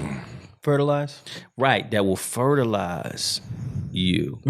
Because those two types of women that we just spoke of, they can't fertilize you. Exactly. Man. Exactly. They are sucking nutrients. They're at the bottom of the stairwell. They trying Right. to figure out how to get to this first step, but they Right. like the first floor. They like- taking the vital nutrients that you need from you. Yeah. You need those nutrients. Yeah. You pouring into them, but then they not pouring back into you. No. So it's not Man. it's not this ebb and flow. Nah, bro. It's just Giving an out free ebb. desserts. Right. Free desserts for devils and shit. facts. You know what I mean? Facts. Right. And it's not that they're necessarily devils. They just they on level 1 and you on level 10. Yeah. And all you can do is come down 9 steps and pull them up to 1, right? But you or them don't have the strength and the capacity to to go back to 10 with them on your shoulders. And even that one step that you pulled them up to, they got to go right back to where they got to they go gotta because step they down. didn't make that step themselves. You know what I'm saying? right. And it's like a rich person enabling a broke person. Yeah. Eventually, the broke person Go right back to being broke. They go back to being broke, but they resent the individual that just gave them the, you know what I'm saying, the handouts. Yeah. Because now they become like a child, like you know, like I'm a grown ass man, and this person always look out for me and give me. It's like you're giving them lunch money. You know what I mean? So they resent you, Yeah. as opposed to saying, all right, well, one day if I'm still available and you make it to this level, then I can rock with you. You know what I'm saying? Yeah. Or you say, you know what I'm saying, or like a friend that got money, and you say, well, look, I'm not gonna give you nothing, but if you got a good idea, you got a business plan, I'll invest in you. And then if that investment pays off and you make it to this level, then you can feel like, yeah, you got assisted to be here, but you played a major role, and you can feel Facts, good man. about that. Facts. No man, and even a woman, can strictly feel good if they just riding on the merits of somebody else. They just Absolutely. riding, you know what I'm saying, riding coattails. Right. So do we only engage with women who are at level 10, or are we at 7? Like, what's the protocol with this? Because we said level 1s ain't gonna work. Well, what I was saying, They is got to be that- close enough to you to make sense. Yeah, obviously level 1s ain't gonna work, Ain't gonna right? happen. Yeah. But the thing is, like, Yeah, that's let's 7. say you meet a level 1. Well, you off the list anyways, yo. You shouldn't even be on camera having this conversation. That's true. You know what I'm saying? There's other context that we could talk This about is why after. he's questioning us. Yeah, exactly. Yes. He's like, I don't even understand the situation. So you just leave level 1s alone because I don't. Yeah, exactly, right? This is foreign to me. Okay, yeah, straight, exactly. And it should be. Bless him. So yeah, no, I feel like on this one, it's like, and I know you're gonna say your piece too, God. I'm just gonna quickly. I feel like it's not a matter of, like, again, segregating anything. It's about looking at things from the core of the essence of the being. You know what I mean? Like me and my man was saying last week, you might meet somebody on level 1 that you might not be able to get down with, on a level of wifey or even girlfriend. Yeah. But yo, she can go ahead and do this level 1 work that I need done, because I be having hellified trouble. You know what I mean? Maybe you good with the social media. Like, I'm not good with the social media. So I'm like, yo, I'm genuinely looking for somebody on level 1, level 2 that's really great at level 1, level 2 stuff, so I could tell them exactly what to do with the social media stuff or something like that. Yeah. You know what I mean? You put them in position, and then from whatever you dropping on them, they eventually eat niblets of it anyways. It's going in. You know what I'm saying? So they have the choice to whether they're going to drive up the mountain and try to see whatever you talking about, whatever you really about, whatever you living on, and want to progress into that, or not. You know what I mean? Yeah. Stay on level 1, level 2. But at least, you know what I mean, that's something that is, you don't have to segregate and burn bridges on every situation. Now, if it's something that is toxic, obviously you don't want anything that's toxic. But you don't want to just call everything toxic just because it's on level 1. You know what I mean? That's real. Because there's still, we have to work on all hours of the clock. You know what I mean? So that work don't necessarily need to be us. You know what I mean? And I think that's where, like, the so-called concubines and the harem come in. You know what I mean? It's not necessarily everything is sexual or even sensual and intimate in that nature. But, like, yo, if you could be like my homie, you know what I'm saying? Yeah. I'm the dude that you look to for the utmost highest wisdom and knowledge that you can trust. You know what I'm saying? When you have an issue, like, I'm the one that you come to. But yo, I need this work done right here. You know what I'm saying? So, and they happily will do those things. You know, because they know that they have that king that they can at least just have that conversation with, that don't even want their pum pum. You know what I mean? And they highly respect that, from the ratchet of the ratchetest to the highest of the royalty. You know what I'm saying? If you build and bond like a god with the woman, and you don't want her pum pum, or you act like you don't want her pum pum, she don't know what the fuck to do with herself. She don't know what to do with herself. Yes, sir. She wants to serve you naturally now. Now her whole nature is like, shit, I should cook. What's he want? I should make muffins. No, what if he doesn't like muffins? Okay, I'm gonna wake up early one day, and what if he doesn't like that? Man. You know what I mean? They minds start going in a ramble. So on that level, I just say, like, it's about putting ones into position in their level. You know what I'm saying? Maybe on a level 7, you can rock with, and maybe you could, leave a few breadcrumbs one night. She'll climb up to level 8, and you can step down a little bit and be like, hey, level 8 looks nice, but check out this sunset on level 9 where I'm at. You know what I'm saying? Facts. Peep completion really quick. You know what I mean? You ain't gonna be able to stay here, but I can show you what it look like. Understand? You know what I mean? And then that brings them the proper temptation to walk into the right direction. Facts. So rock the here's my perspective, and especially being a member of the Nation of Islam, it's a certain protocol that we have to follow. 75% of the work is with the female, right?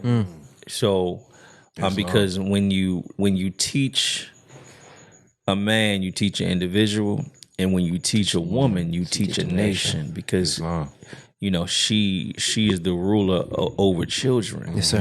Which are the next generation. Absolutely. And every no good woman was made no good by no good man. Yep.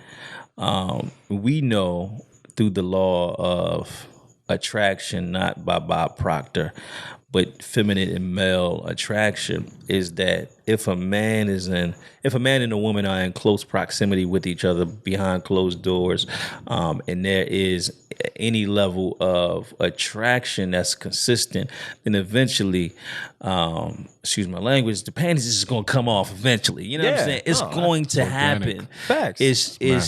Facts.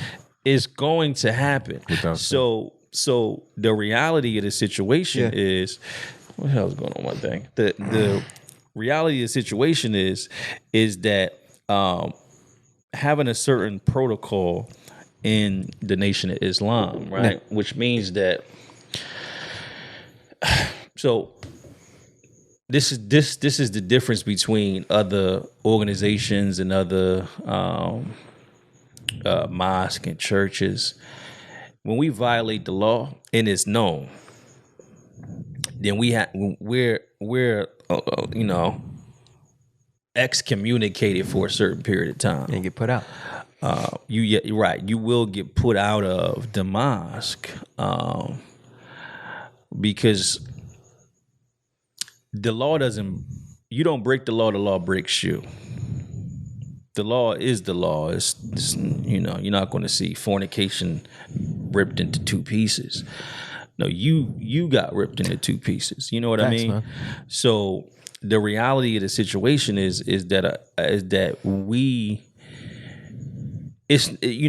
I know for me, it's not going to work that way. You know what I mean? Especially if the sister is beautiful, how ignorant she is or how much she doesn't know is going to go out the window. Especially when she dressing like a lost found. Facts, man. You know what I'm saying? That's You know what I'm saying? And she curvaceous. Facts. And I'm like, damn. Yeah. Man, I ain't had none in a while. Yeah, I've been striving to live this righteous life. I'm celibate. Right. I got an excess amount of semen in me. Yeah. You know what I'm saying? And my mind is like, damn, her ankle turned me on. Her wrist is turning, and she got little shorts on, and the thing jiggling and shaking, and I'm like, damn, she got the perfect body, but the imperfect mind. Yeah. You know what I mean? I came here to teach her, and it's so when you come into the mosque, the brothers is separated from the sisters, is because she can't concentrate.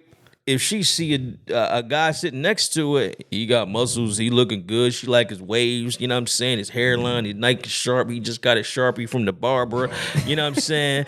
The brother like, damn, he over here looking at her like, man, shorty, oh my goodness, why she come to the mosque with that on? Oh, she don't know, she just got invited. She was walking in the street and somebody asked her to come in and she came in. This is what she had on, she came as she was. So they're separated so you can concentrate on the word.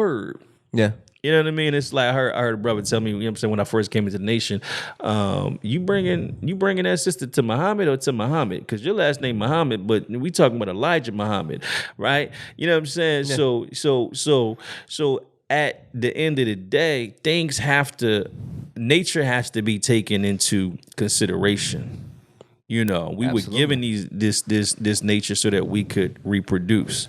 Yeah, it has to be put into a controlled setting so that we don't damage the purity of who we are. We're already impure, and this is why we're having these type of conversations. Yes, sir. This is why we have to put ourselves in these type of situations to rediscipline or to discipline ourselves, because it's unnatural. But since we've been tainted, this is what has to happen. Yeah.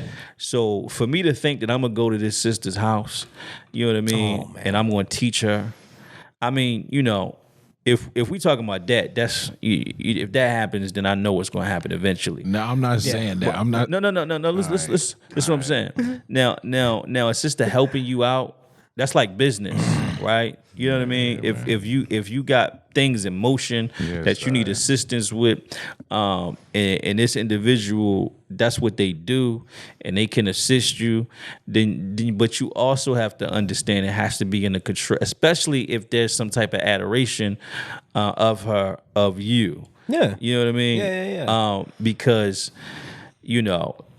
those things are going to occur. And no man, unless you homosexual, no man can resist that temptation for that long, especially when you know it's available to Facts. you. No. And now your mind, because the mind is designed to reproduce, to bear fruit and multiply, the mind and the body. So it's like bear fruit, multiply. I beg to differ, though. I beg to differ, and I stand as the proof because, like, it's been many situations, like, man, like I'm a catch and release specialist, bro.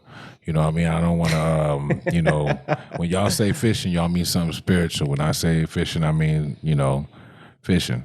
So I'm a catch and release specialist, bro. And like the reason for that is because I'm not willing to do it 1s, 3s, 4s, 5s, and even maybe 7s no more. You know what I'm saying? Yeah.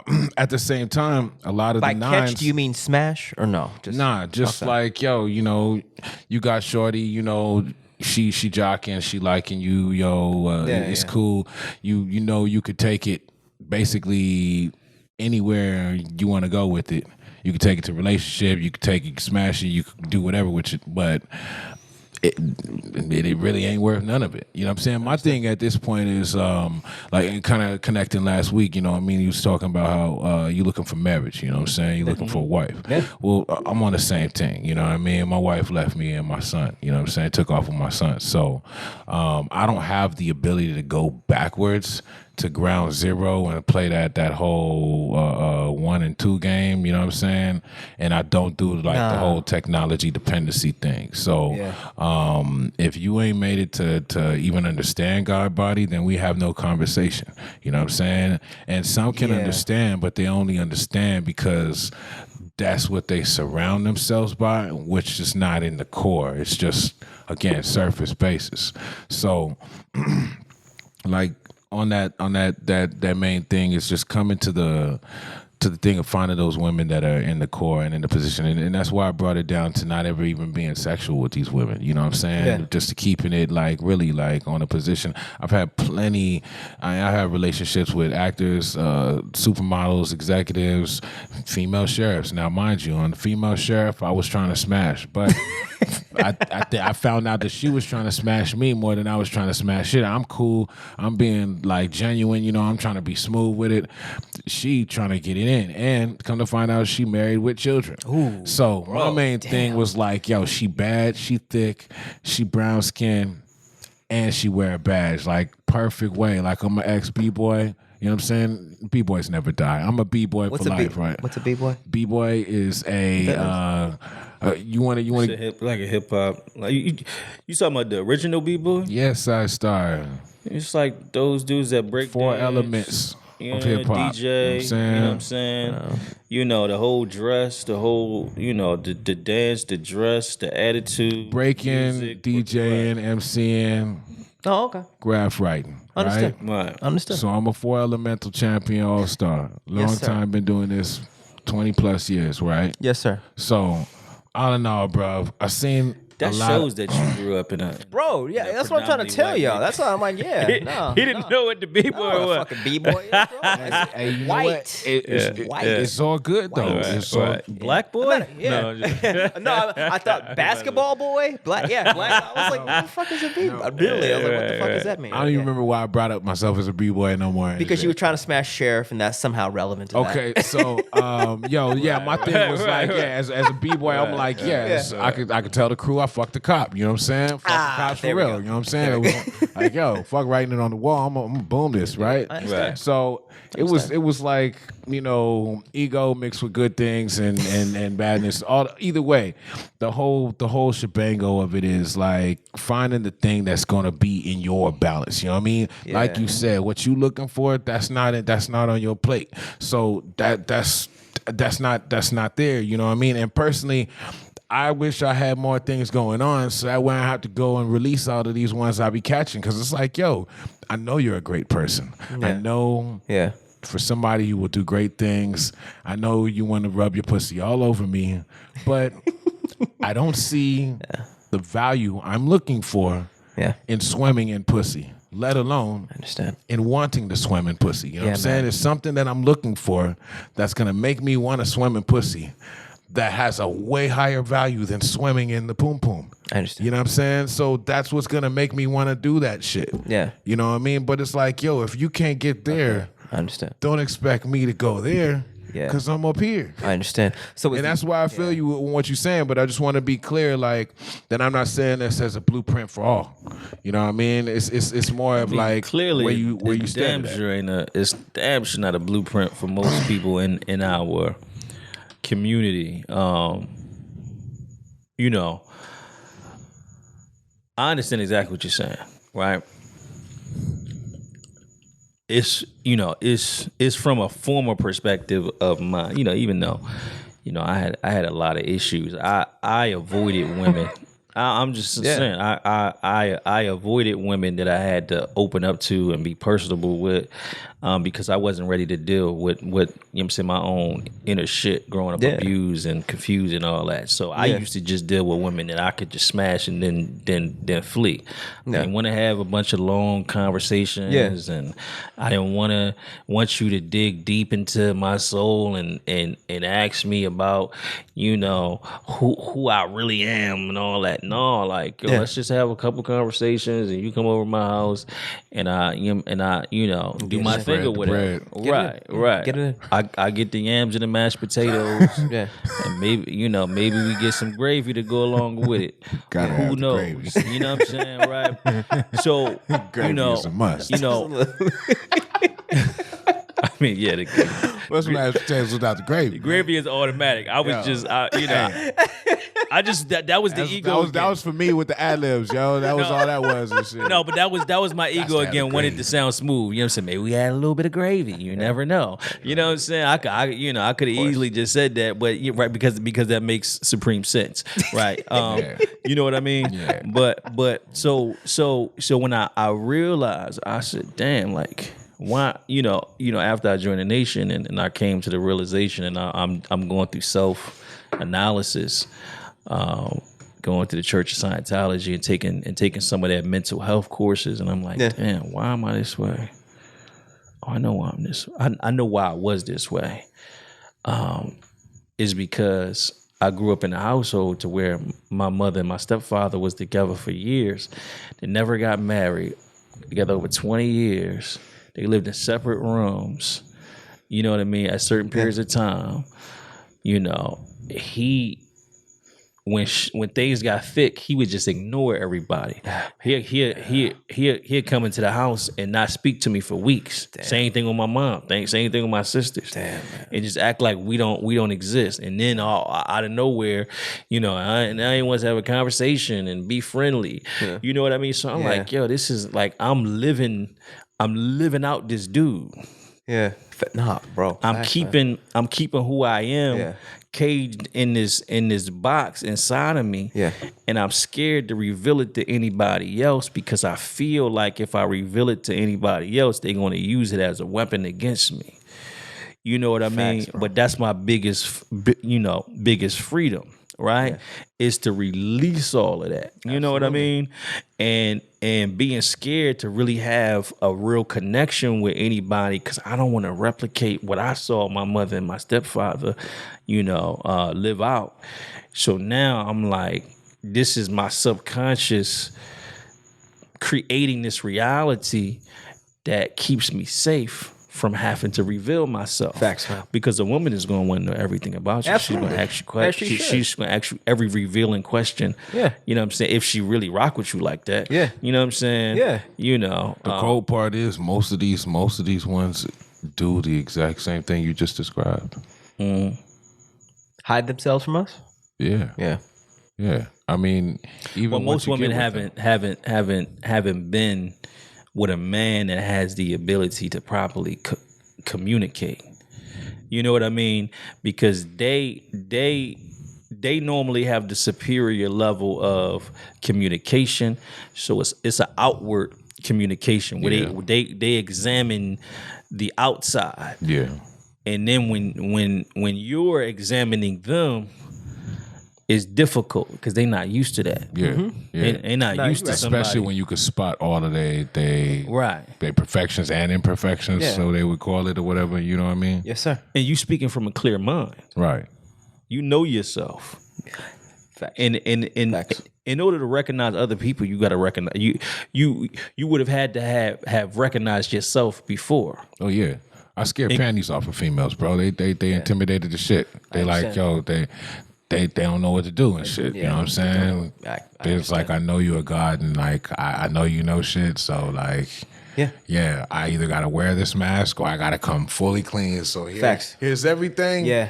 Hold on, let me make sure I get this little pocket too. You know what I mean? Yeah. Or that's it's real. like, yo, like That's masked real. up. It's all completely masked up. There's You know no. what I'm saying? Hold up. There's no Get the full middle ground. costume, get the body paint. You know what I mean? Nah, Get the that's spray real. paint from my hair. Damn. Like, so it's like, Truthful people have that effect on people. It's either one or the other. That's why we're polarizing. Because people will either be completely shelled up and not want to go anywhere near you. It's like, oh, well, I'm gonna ride with you. I'm gonna tell you all my secrets, bro. Like you can see them already, right? Straight. That's real. I noticed that phenomenon. Being a Of all salesperson, colors. Yeah. being a salesperson, I had to learn how to use the truth in a more pleasing way, and I had to learn to like not be easily offendable. Yeah. You know what I mean? I had Yeah. to learn how to listen to what somebody is saying, and they could have meant to offend me. You know, someone was like, I never seen you as big as you are right now. So I was like, you never seen me as big as I am right now? Oh, okay. Well, you just never seen me as big as I am right now. And I low key I got offended at first, but I was like, I don't have to respond as if I'm offended, because if I respond as if I'm offended, maybe they right.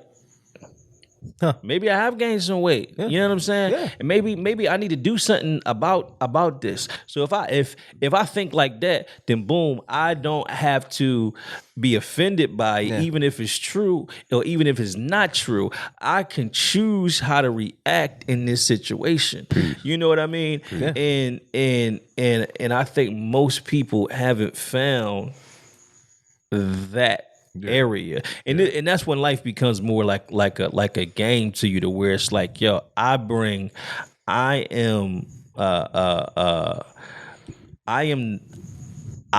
self and Lord and master over my universe. Yes, sir. Over my situation.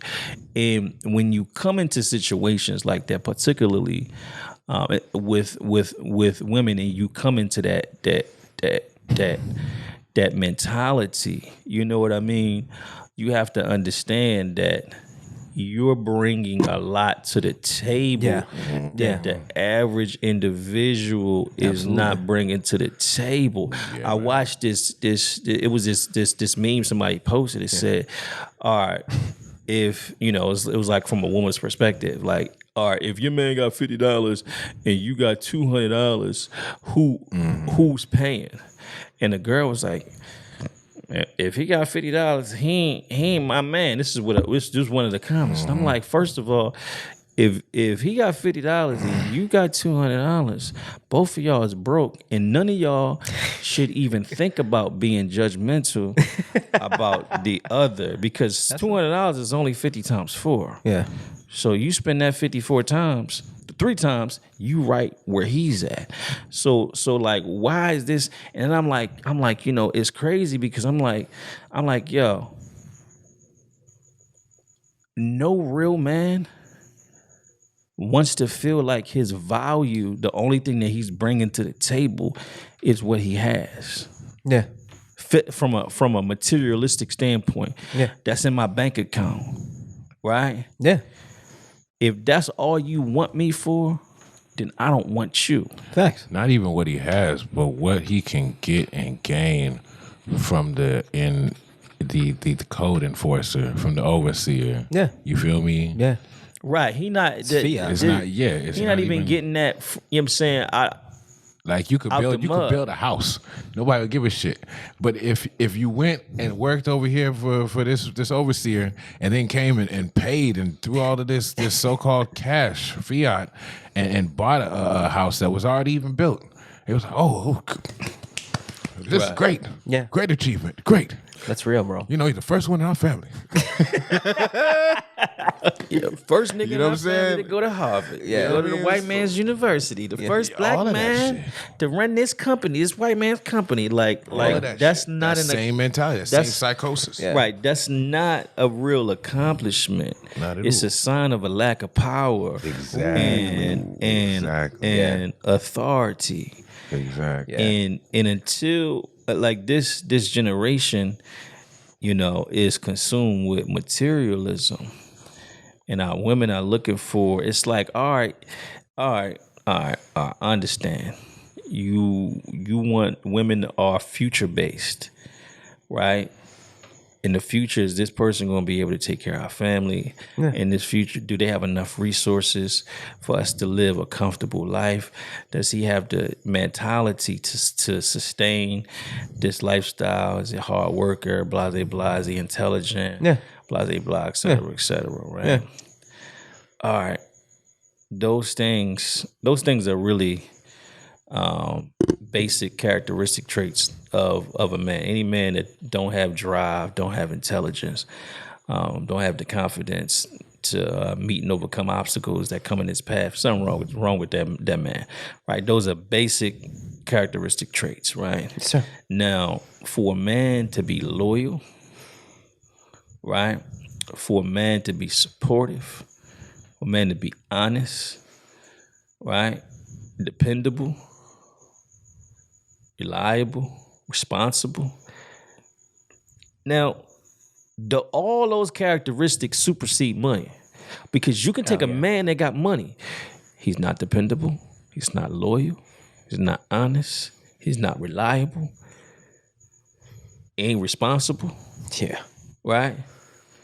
That's not even a man at that point. You know what I'm saying? Exactly. Yeah. It's a little boy Yeah. with money. Bipedal human with money. Yeah, with paper. With Right. paper. Yeah. Overgrown monopoly game. Facts. Right. Facts. With dead former slave masters on him. So this is the reality of the situation is just like, so now you're gonna choose a man who has no morals with money over a man who has an average income but has morals. Yeah. Right? Yeah. So it's like, yo, if my only value is what I economically bring to the table, I'm not sitting down at that table. I don't want nothing to do with that table. Facts. Facts. You know what I'm saying? Because you're going to destroy me. Absolutely. Everything that I don't work for. Yo, You know what I'm Absolutely, saying? bro. Like living proof. I had nothing. There's times where I had nothing in life. And Allah has blessed me now, you know what I mean, to be in the best financial situation that I've ever been in, to have good credit, to have access to credit. You know what I'm saying? I'm closing on a duplex with me and my partners right now. Yes, sir. Right? So we, starting out with our third stream of income, from the stock, well, fourth from where we work at, because we all, work together. That's right. Right? To crypto and stocks, to now real estate. Yes, sir. Right? And then we're gonna cross collateralize this one property into many more, properties. Yes, sir. Right? I'll be damned if I allow a woman to come into my life thirsty, money hungry, Man. lusting for material things that the white man got, and convince me to swipe my credit card on whatever she want. You know what I'm saying? To empty out my bank account to get her the little things that she want, to spend my damn no. Because listen, you might look at me and say, all right, he got this and he got that and he can do this. No, I ain't spending that money on that shit. Yeah. Facts, man. No. Facts. No. Yeah. I'm not buying you $600, $700, $800 pair of Gucci sandals. Fucking nothing. Nobody, nothing. Bro, Gucci sandals. Don't care a pair of tacos, nigga. No. $450 Louis Vuitton glasses. No.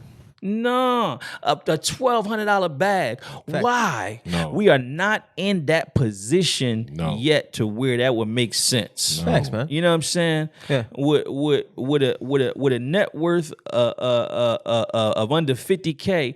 Wow, if the bag costs $1,000, right? Yeah. That's a half a percentage. That's 0.5% Net worth. of our net worth. Yeah, man. It does not make any fucking sense. No. If my rent is $1,600, Yeah. so you telling me you want me to spend 60% of our rent on a bag?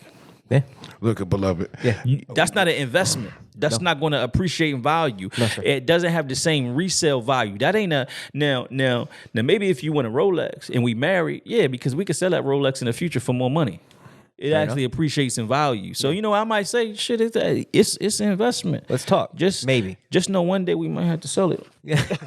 You know what I'm saying, baby? Yeah. You know, don't get too attached to it. Facts. You feel me? Yeah. You know what I'm saying? Don't. Yeah. You gonna say? Well, I was gonna say, I kind of lost where I was at with the Rolex. I was like, Rolex appreciate the value? It does. Oh, I didn't know that. That's good. That's good insight, bro. Bro, it's a Rolex shortage right now. Even before it's a Rolex shortage right now. Yeah, I know. When you know what I'm saying, Rolexes go up in value, Chief. Okay. You know what I'm saying? And people are buying Rolexes for more than what they were cost actually bought for. to resell them. Yeah, Damn. man. That's good. Yeah, insight. man. All right. So, do we only, if the intention is marriage and building, do we only engage with women with the intention of building a marriage who can have God-body conversations? Of course. Okay, understood. Because see, how can you Understood. the first part of building Yeah. is conversing. What are we building? Facts. We gotta talk about the shit that we building. You're right, bro. You know what I'm saying? We gotta work out the blueprints. Yeah. Yes, sir. You can't, it can't just be in your head and then you don't know what's going on in her head. Yes, sir. And then when you bring it out of your head and bring it into reality, she said, well, I wanted this. Well, That's not what the blueprint said. You said that whatever I wanted to do. No, you didn't want to build with me. You wanted me because some women want you to assume. Yeah. They give you a hint. And it's like, what the fuck am I, a mind reader? I'm a fortune teller? Yeah. Like, no, that's your fault that I didn't know what was going on. Don't try to blame it on me. You didn't get the hint. You didn't get the sign. Well, you should have been up front. That's game. You're running game. Yeah. You know what I'm saying? Understood. And I ain't got the manual, and if I had the manual, I'm not reading it for this game. Understood. Because you're a human being with a mouth, 2 eyes and a mouth and 2 ears, a mouth and 2 ears, so you can speak. Yes, sir. So look, beloved, on the last thing you were saying, and then I'm gonna answer the question as well. Yes, sir. I was gonna say, back in the day, I also came up wanting to be a minister, or pastor, whatever. So, my quote early, unquote Christian minister. yeah, Oh, I yes, was sir. I was heavy. Yeah, I studied. sir. I by the time I was like 18, 19, God, like I would be jonesing for the motherfuckers to come to the door. The Catholics, the 7-Day Adventists, Wow. everybody, because I was like, if you turn the page, you know what I'm saying? If you open up on John 5:6, you Yeah. know what I'm saying? Like, I would be like, Ready to jump. I'm doing what I'm supposed to be doing. Facts. I know you think you're doing what you're supposed to be doing, yeah. but check it out. This is why I ain't going over there to your church. Understand. All respect due. Yeah, I just want you to know you don't have to come by no more because I'm cool. You know, I'm gonna take care of the rest of the family. I'll make sure that they get the point. You know what I'm Yes, saying? sir. So I actually for had, coming. humbly, compassionately, all due respectfully, Yeah. I would have, some of them old ladies would be like, well, what about over here in Ephesians? It says, all right, well, turn to Ephesians 18, 2. You know what I'm saying? Or whatever. You know what I mean? I would just be hitting them off. So. Yeah. Very well versed. Saying all that to say that also understood full circle that everything isn't for sex. And even when you do find something for sex, you have two different forms of sex. You have procreational sex, you have recreational sex, Yes, sir. right? Yes, sir. So that could be the same body, but doesn't have to be the same body. You know what I mean? Especially if you're living righteously. So my main thing was that, like, if you're living properly, upright, and righteously, if you are keeping your principles, your disciplines, then you will know that which is proper for you and that which is improper for you. Yes, you know sir. what I'm saying? You'll Yes, sir. be able to see beyond your own temptations.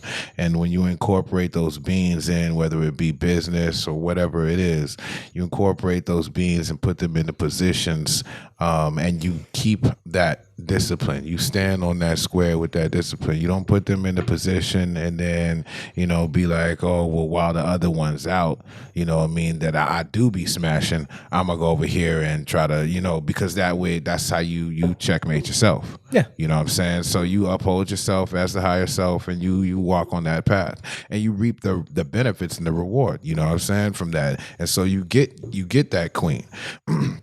I'm gonna tell you, my thing is where I fell is exactly where Brother Abdul said.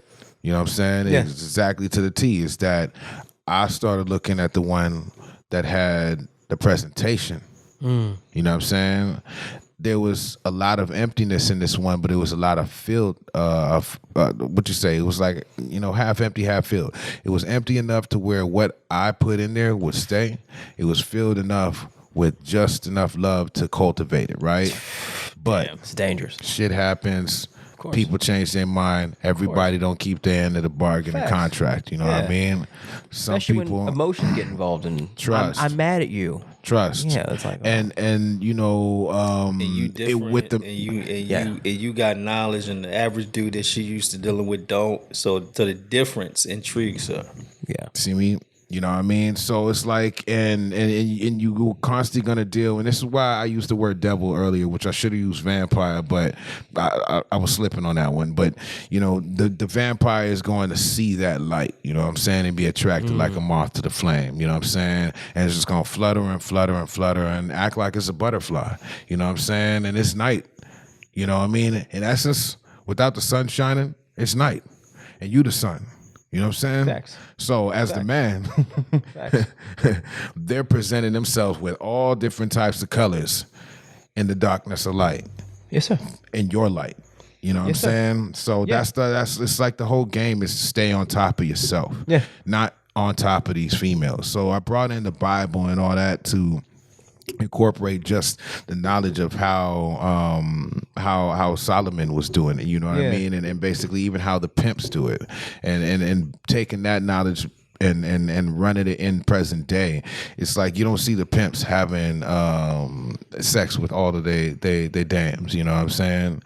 It's really unheard of for most pimps that actually are successful pimps. They're not having sex with all of them. They have them in position and they're not paying for their shit. What they're doing is they're putting them in the position to work.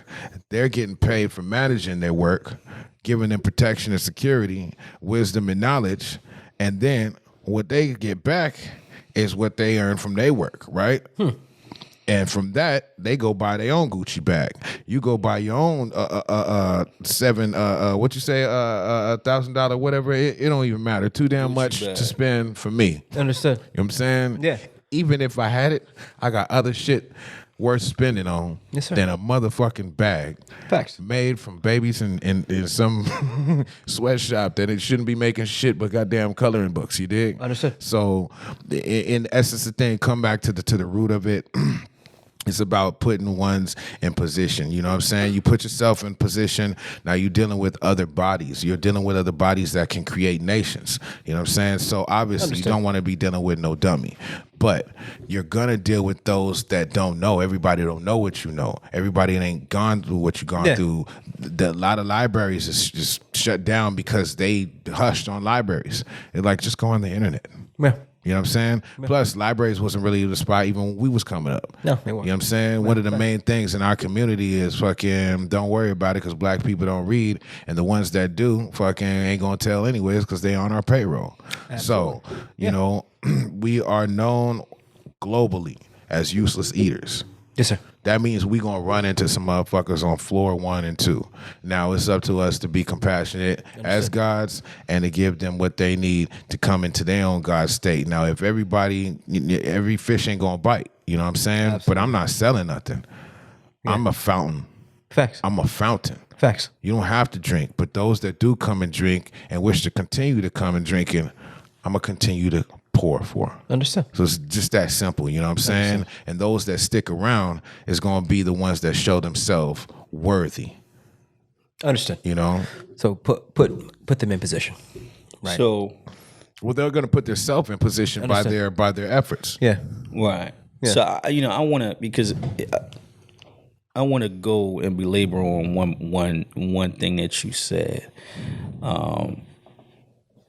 In no way am I a crystal clear version of this, a complete clean glass to this.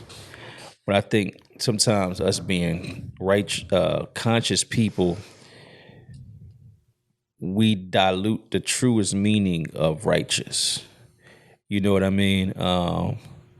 And all of us are striving to attain the truest meaning of that word, that are of those who truly understand. It's not trying to be on demon time and not trying to be of this world. And,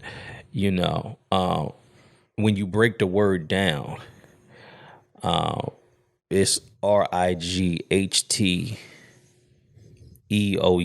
I believe, right? Righteous. So right is the root word, right? Being correct. And we see everything has its proper context and it has its improper context. You know what I mean? Was Solomon a man of God? Yes. Was Solomon right for having 1,000 wives? No. He was out of fucking pocket. You know what I'm saying? He was way out of pocket. Yeah. Just like Noah was way out of pocket for being a drunk and an alcoholic, but God still used him. You know what I mean? Just like Jonah was out of pocket for ignoring God. Yeah. The guy had to keep bothering him, like, yo, like, what's up? You know what? I'm a shake this ship you on, and then they're gonna throw you off when they realize it's you, and then you gonna get sucked up by the whale, and then, you know what I'm saying? And then you gonna go and do your job. Right. Because you out of order. So at the end of the day, right, we know what's right. And the laws of God, or whether or not you want to call it the laws that so-called govern religion, I say so-called because they're there, but we don't really follow them. You know what I mean? They're there, but these laws create harmony. It's just like any other laws. The law of cause and effect, the law of attraction, the law of vibration, the law of order, right? The law of motion. When they're properly applied, they create harmony in our environment. In the proper context of male and female relationships, which all of us failed this test because we came into a fallen world, is to never have sex until you marry. Yeah. And that sounds like some total square bear, corny, you know what I'm saying, a whack type of conversation to us in our community, or in the world, period. But it first of all, right, a woman don't even know whether or not, you know what I'm saying, you got a big penis or a small penis because you the only one that she done seen. Yeah. You know what I'm saying? And you per se, you could get turned on by any woman because, first of all, you never bust. Second of all, you never even seen a, you know what I'm saying, a fully revealed woman. So the woman can have a flat behind. You know what I'm saying? Yeah. But since you haven't been activated sexually at all, that don't even come into your cipher. But now in this world, since we've seen, you done seen pornos, you done seen music videos, you done seen the Instagram models and the thotty shaking on your you mixing up lust and sexuality. Nah, well, sexuality ain't got nothing to do with the physics. Lust. First of all, you do lust after your wife when you have sex with her. Lust lust creates the chemical reaction inside of you, which gives you a stiff Johnson. It's always lust. You know what I'm saying? Now, lust out of the context of a commitment of a marriage or a relationship, whatever it is your, you know what I'm saying, cup of tea, then that's out of the context of a contractual agreement, which can potentially cause chaos, right? And even with the contractual agreement of marriage, chaos can occur. But what I'm saying is that the law was created to create a harmony. Not that just by following the law in a broken world, harmony is just going to manifest itself because we're dealing with broken people. But what I'm saying is that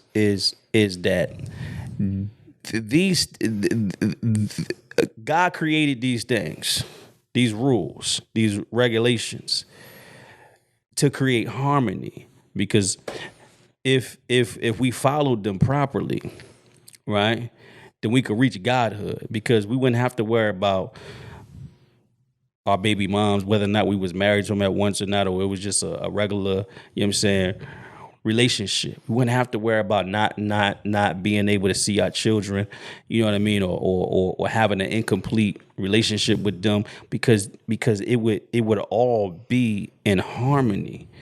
And we wouldn't have to worry about some dude getting mad at us because we smashing his ex, or because his girl got attracted to us and we succumb in a moment of lust. Says who, God? Says who? Yeah. Because all four elements of nature say otherwise. Until one's reached godhood, they are inanimate. Break it down without, you know, just making that statement, because you gotta show. Yeah, because until one's reached godhood, they in the animus. Until one's reached the higher self, they're in the lower self. So the lower self is going to respond and react. There are people naturally in that who have reached godhood. Yeah, but those individuals don't engage in that type of behavior. That's the point, though. You can't have one without the other. So what am I saying is different than what you're saying? Because, like I said, righteous is being right. Incorrection. Right? So when we know what is right and we live what is right, we get the right outcome. You know what I mean? So we can't fight. I mean, we can fight for the ability to do wrong and want the right outcome, but it's never going to happen. See, all right. So I was trying to. I'm okay with me being imperfect and me falling into the same category that I'm speaking that we should be, that we could be in. Yeah. Because I'm not that. All right. I'm not on the level with a Christ. Right. Or his, you know what I'm saying, messenger. I'm not on the level of the Honorable Minister Louis Farrakhan when it comes to that, because out of any leader with that much power, with that many women around him, you never heard of a scandal around his life, a sexual scandal. And many preachers and many so-called men of God or men of the cloth have succumbed to that. Right, so, and that's not even the only temptation. We just talking about lust. Let me, but hold on. Back to the Solomon thing, so I can respond to that. Okay. No, yeah, I'm saying go back to that, so I can respond to that. You want me to go back to that? Yeah, because I thought you had kind of drove off. Well, it was a story of a powerful man when the Honorable Minister Louis Farrakhan went to the Middle East. It was a man that had over 100 wives, a wealthy man. And he tried to marry his daughter that he didn't know was his daughter. Right? Damn. And they were laughing at this man. And I don't remember how the Honorable Minister Louis Farrakhan whipped him. He didn't like that, but he didn't like the fact that they were judging him when they were bowing down to America. Right? You know what I mean? Yeah, you know, yeah. And he whipped him. But just the fact that the man had so many wives that he didn't know his children, because once you have that many wives and you have that many children, it's impossible for you to actually raise all of those children and know them. You don't have that much time. Right. You split and you've divided yourself under that context so many times that you set yourself up for the variable of disappointment from certain children. Gotcha. It's a given. Facts. Gotcha. Facts. Now, this is what I wanted to say. When you first brought it up, I wanted to clarify it, because a lot of people see Solomon or hear Solomon, even Brother Tamu. Yeah. It's an idolization thing. So it's a look Facts. up to. It's like, oh, Big Brother was doing it. Like, yeah. I don't see that. You know what I'm saying? Because first off, it's kind of like where you coming from with the nation. It's like if you really are in unionship with the woman, you cannot really be outside of that unionship with that woman. You know what I'm saying? Yeah, facts. So there's difference between being married and having these wives things, these concubines, you know what I'm saying? Yeah. And this is where like the vocab gets like really twisted up, you know what I'm saying, between definitions. So it's like when you have these concubines, like I said, everything ain't for sex. You know what I mean? It's to build the house. It's to build the castle. It's to build the purpose. It's to build the brick road, so that way the next generation don't have to build nothing. They can just take that walk. You know what I mean? That's why his pyramids still standing today. Understand? So it's having the mentality as well as the discipline of God, Allah. Understand? Creator. You know what I'm saying? Not just the boosted ego and like, oh yeah, I got this consciousness. I'm awake now. I'm God. You know what I mean? Let me just hump around. You know, or I know all of this. Let me use this knowledge to get mad shorties. You know, because you see this within any and every community. You know what I mean? From the Rastas, Christians, it don't even matter. You know what I'm saying? Yeah. They get the knowledge. They use the knowledge to holler at the shorties. Facts. It's just pumping eggs left and right. You know what I'm saying? Yeah, it's absolutely. like there's no ministry. There's no And that's what I saw. man, woman, and child. You know what I'm saying? Before I joined the Nation of Islam, I was born Muslim. I was raised Christian, and then I didn't believe in anything. And I was a Christian slayer, right? But I always respected Islam, right? Yeah. Whether it was the more science perspective or whether it was the Nation of Islam, but I just had a feeling that Islam was right and Christianity. I knew Christianity was wrong because I had watched so many documentaries, Zeitgeist and shit like that, and did so many studies. I knew Jesus was black and the black man was God and white man was, was the devil. But I just didn't understand how he came out of us. And it's like, Yeah, the finite science and details. the pot, right? The pot calling the kettle black. So, but. Damn, I forgot my train of thought. Yeah. Just to run it back to finish, I was just gonna say that the whole thing with Solomon was just to not to put him in that position of idolization. I didn't bring that up for that. I just brought it up in the essence of those that did have many concubines versus, remember, the one that he was really wifed up with is the one that fucked his world. You know what I'm saying? So that is kind of the thing, is like to not go down that path of the Delilah, you know what I mean? And to learn from our brothers. That's why I highlighted the Solomon, was to basically alleviate that, you know what I'm saying? Not to pedestalize it, you know what I mean? Right. Yeah. So I didn't want to get that deep in it. Home skillet over there with 100 wives, like, yeah, that's the whole thing. You're not dealing with women for unionship, for building. Or Facts. The purpose. Facts. The purpose. What you're dealing with is women for your dick. You're thinking with your Facts. little head and you're acting like the big head. But Facts. that's an act. You know what I'm saying? And that's what we're separating from. Higher self versus lower Facts. self. Lust and sexuality, two different things. Facts. Wives, concubines, two different things. You know what I mean? Religion, dogma, two different things. Facts. So it's still same conversation. But these things got to be highlighted in order for us to know that we actually are reading the same page. You know what I mean? So I'm going to tell you what the Holy Quran says. The Holy Quran says that a man can have up to 4 wives, but one is best if only Damn straight. you knew, right? Yeah. So initially, after all of the battles that the Muslims fought against the Quraysh, the Arab Muslims fought against the Quraysh, the polytheistic tribes from Mecca. There were many men who had got killed. Many. Right? Now, it was lawful for Prophet Muhammad, may the peace and blessings of Allah be upon him, to have multiple wives. But it was not lawful necessarily that ayat didn't come down through Jibril to through the angel Jibril to Prophet Muhammad yet, because the Holy Quran was revealed over 30 years. Yes, sir. Right? But when the fact that all these men were dying, then the taking on of multiple wives was made lawful based upon the military condition of the nation, the casualties that had occurred. Yes, sir. Because the children needed a father. That's right.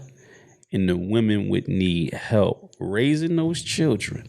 So a lot of men couldn't choose a woman, a second wife with 3 children, or a third one, and a third wife with 2 children. Now you just got another 5 children to take care of. And then under Islamic law, right, men have to be able to equally take care of each wife. That's right. Equally. Yeah. Because women are all about freedom, justice, and equality. Absolutely. You know what I mean? And if they think one is getting more than the other one, then you're gonna hear about it, right? Absolutely. So At minimum, shit. right. Way to put it. Right. At minimum, it's just going to be a light conversation. At maximum, it's going to be an argument. And maybe even more than that. But so Death. hopefully not. Right. So there are always these stipulations whenever you increase. And in the Nation of Islam, we taught that we only have one wife until we have been permitted by the Honorable Minister Louis Farrakhan to take on another wife. Right? But we are not in a elevated enough state to even do it without lust coming into the equation. Absolutely. You know what I mean? And many of us can't even handle one woman, let alone multiple. Absolutely. So these are desires that it's like somebody that'd be a good CEO, but you wouldn't be a good owner of the company. Yeah. Yeah. You can run this shit, but when you own it and everything falls on you, Yeah. Exactly. And that's why it comes back down to, first off and foremost, you playing your part. That's right. You know what I mean? Whether if you haven't reached genuine God consciousness, don't play it. Don't act like you have. Fact. Don't do that. But if you know you can control your little head with your big head, and you got all of these opportunities, and you know that these opportunities are coming from Allah, then you go ahead and you use these opportunities as needed, as they're supposed to. You know what I mean? Yeah. But I say to like. Let me interject this before you move forward. I believe, you don't have to agree with me, and I know you're not because you're your own human being. When the Most Honorable Elijah Muhammad said that when you're looking at the black man, you're looking at God, I think he was just talking about our potential. He wasn't talking about where we was at, and we are still growing into. I believe. I'm gonna call you a God.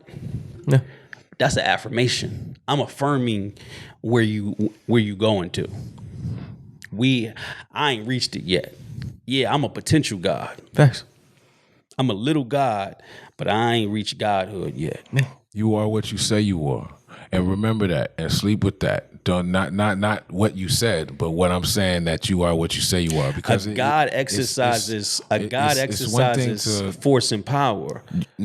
Right. Nah, so well, what this is what we're taught, right?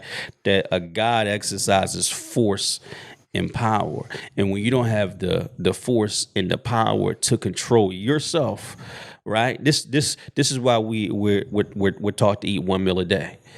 It disciplines the stomach. And this is why we're taught, to abstain from sex. This is why we're taught to not drink, to not smoke, to not. Again, what I was saying, if you are not truly there in that God state, don't play like it. If you just playing with affirmations, then you playing like it. You know what I'm saying? Because when you have reached that state, but that's that you are not perfect obedience to the law. When you reach the state where you are in alignment with Allah, where you no longer see yourself as the ego, where you can see the ego as the ego, and you can see yourself as Allah.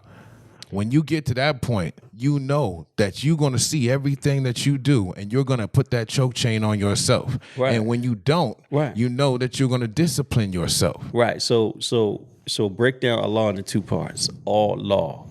Exactly. Allah. When you are obedient to the law, when you submit to all law, which makes all harmony, as you highlighted, which is the point why all things will be coming to you in your nature to do your bidding at your will. So it's up to you as the God, living embodiment of all law, living embodiment of all laws, to go ahead and proceed. So that's the reason why the Most Honorable Elijah Muhammad said after he said, or after or before he said, when you're looking at the black man, you're looking at God, he said, accept your own and be yourself. That's the because point. anything grafted from the original is devil, and we were grafted out of our original state into a reflection of a white supremacist, which instead of being an outward reflection, it was an inward reflection that turned into black inferiority and self-hate.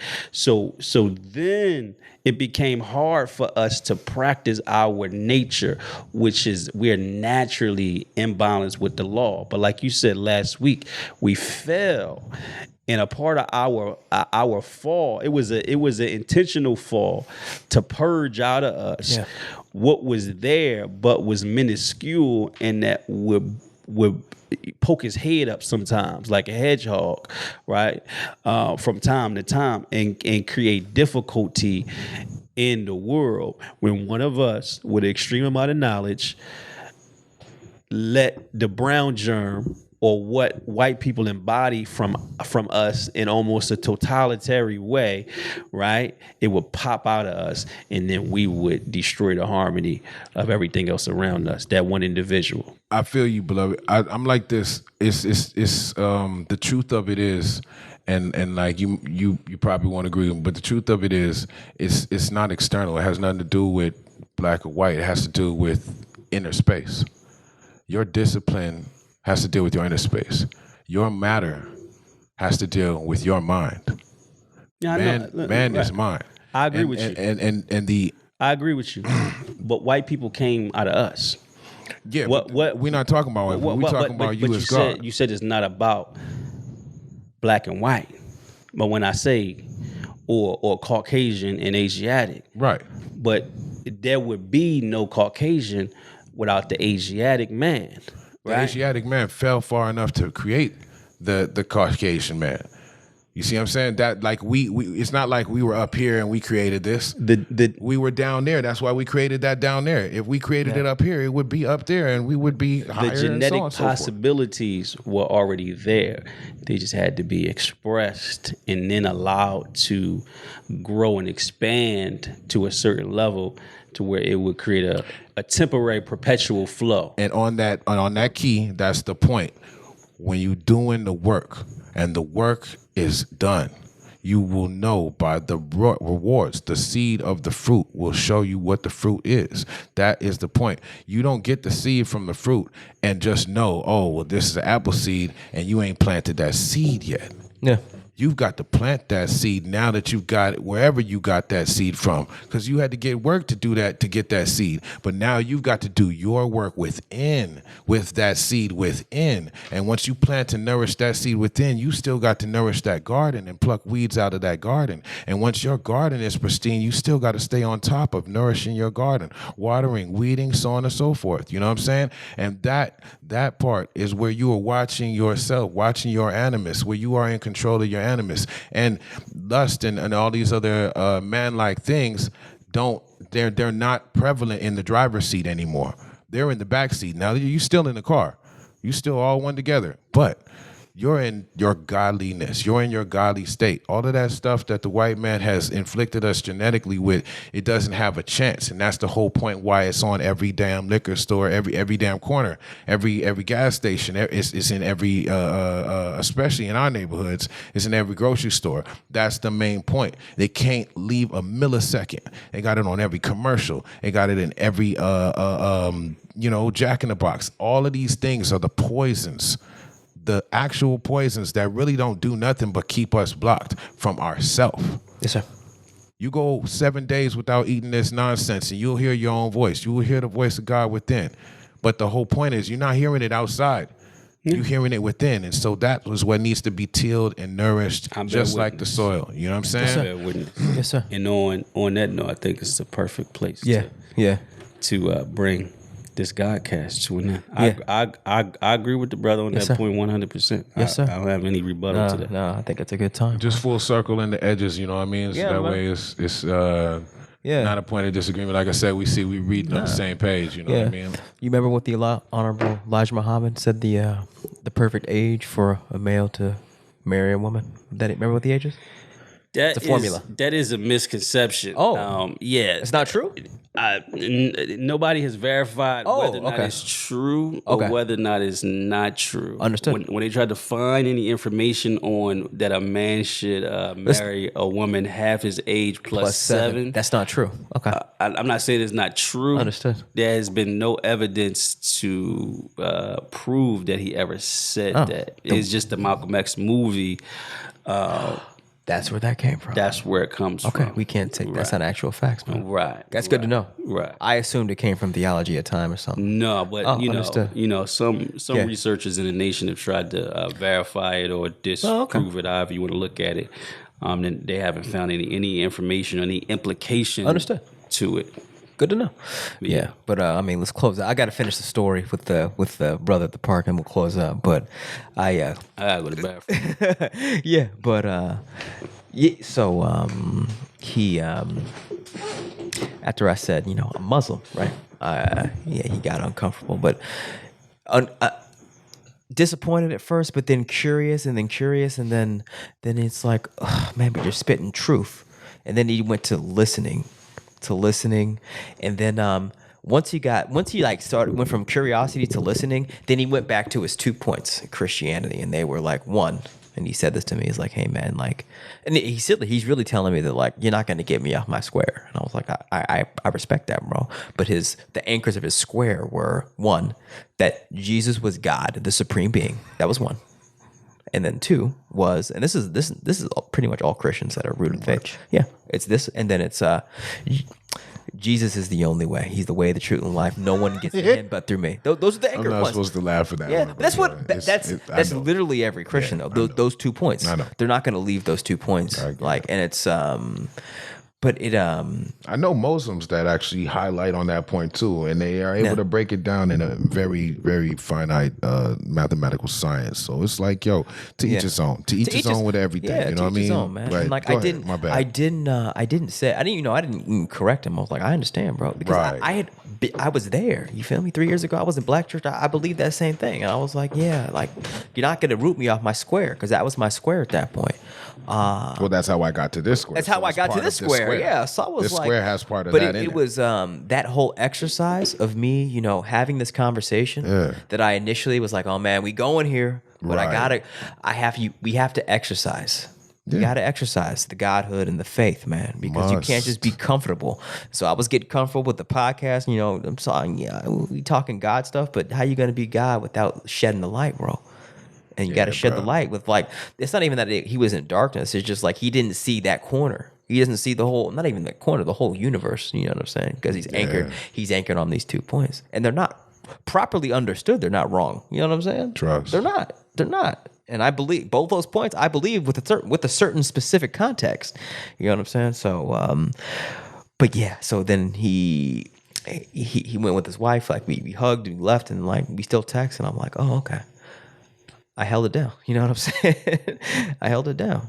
And that is what I was supposed to do. And now I'm like, okay, that can't be the only instance. Now it's like I got to continue to walk further in that, and then but that was the experience, and that was what I learned from it. But yeah, specifically those 2 points of like Jesus is the supreme being in God, and Jesus is the only way. Well, reflect with your mans. You know what I'm saying? It's like the way that he came up with his stance on his belief on his square. Yeah.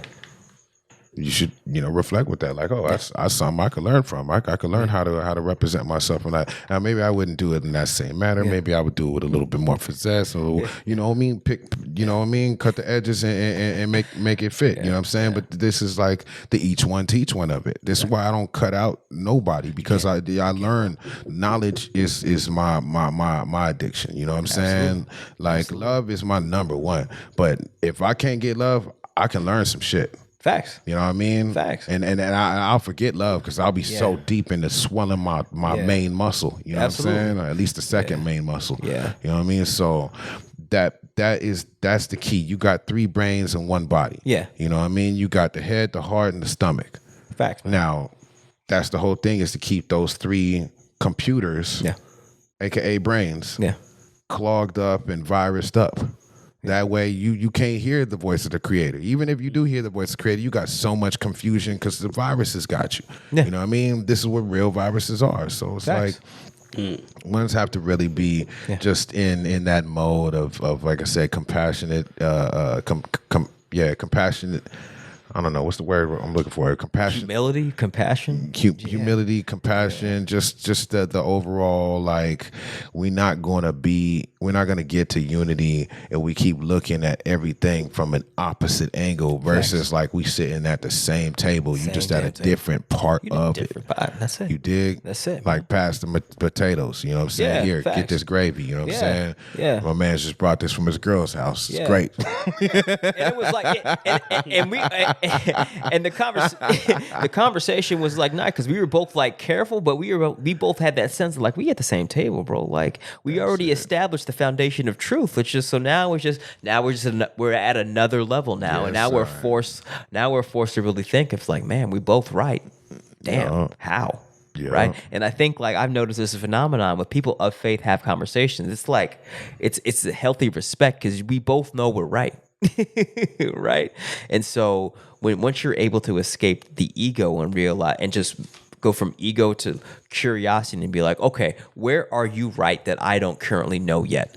That's true spiritual growth. And that's a level that you build with, all the spiritual warriors of all faiths and whatnot. Yeah, you're like, oh, well, I got a hand. Well, facts. Fuck, I mean, let me see your hand. Oh, shit, they go together? Absolutely. Dope. Yeah. You know what I'm saying? Like, that's the whole thing. And that's why I said to the God, like, I don't want to make it sound like we on opposing forces or something. As much as like just cleaning up and seeing that we actually looking at the same page. Facts. Whether we're in a different, what I mean? Yeah, because essentially this is how we genuinely come into having that communication through unity. You know what I'm saying? Or that unity through communication, vice versa, one same circle. Absolutely. So and we're demonstrating the solution by doing this right here. That's the key. You know what I mean? Absolutely. It's really that. So bro. Yeah. Beautiful story. You know what I'm saying? I'm glad that I'm glad that the dude was receptive. Yeah. You know what I'm saying? And I'm glad that you was able to hold your square too, because you shouldn't be especially when Allah sent me to him, man. Yeah, or real. Vice versa. Him sent to you. Facts. You know what I'm saying? Yeah. But this is the thing, like maybe he can learn how to be more compassionate from you and forthgoing and open-minded, while you can learn how to be more confident with your religion and your stance and your belief. You know what I'm saying? And in conversation with it, even like you said, boys, just talking to you like he already like, yo, you gotta be a Christian. You're in the park too, and you don't have a mask. You gotta love Jesus. It's like facts. What it was though, and I do. Okay, you don't close out and pray real quick. Okay. Yeah, guys, we done, man. It's a wrap. It's a wrap. Yeah, come on, let's do it. Yeah. I didn't want to stop the flow, but no, it's a wrap, bro. It's a wrap. All right, we closing out. Position of prayer. A'udhu billahi minash shaitanir rajim. Bismillahirrahmanirrahim. Alhamdulillah Rabbil Alameen. Irrahmanirrahim. Malik Yawmuddin. Iyaka na'budu wa iyaka nasta'in. Ihdina siratal mustaqim. Siratal ladzina an'amta 'alaihim ghayril maghdubi 'alaihim waliddallin. Qul Allahu ahad, Allahu samad, lam yulad wa lam yulad wa lam yakun lahu kufuwan ahad. Ameen. I mean, Islam is amazing. Yes, sir. Islam. yes, sir.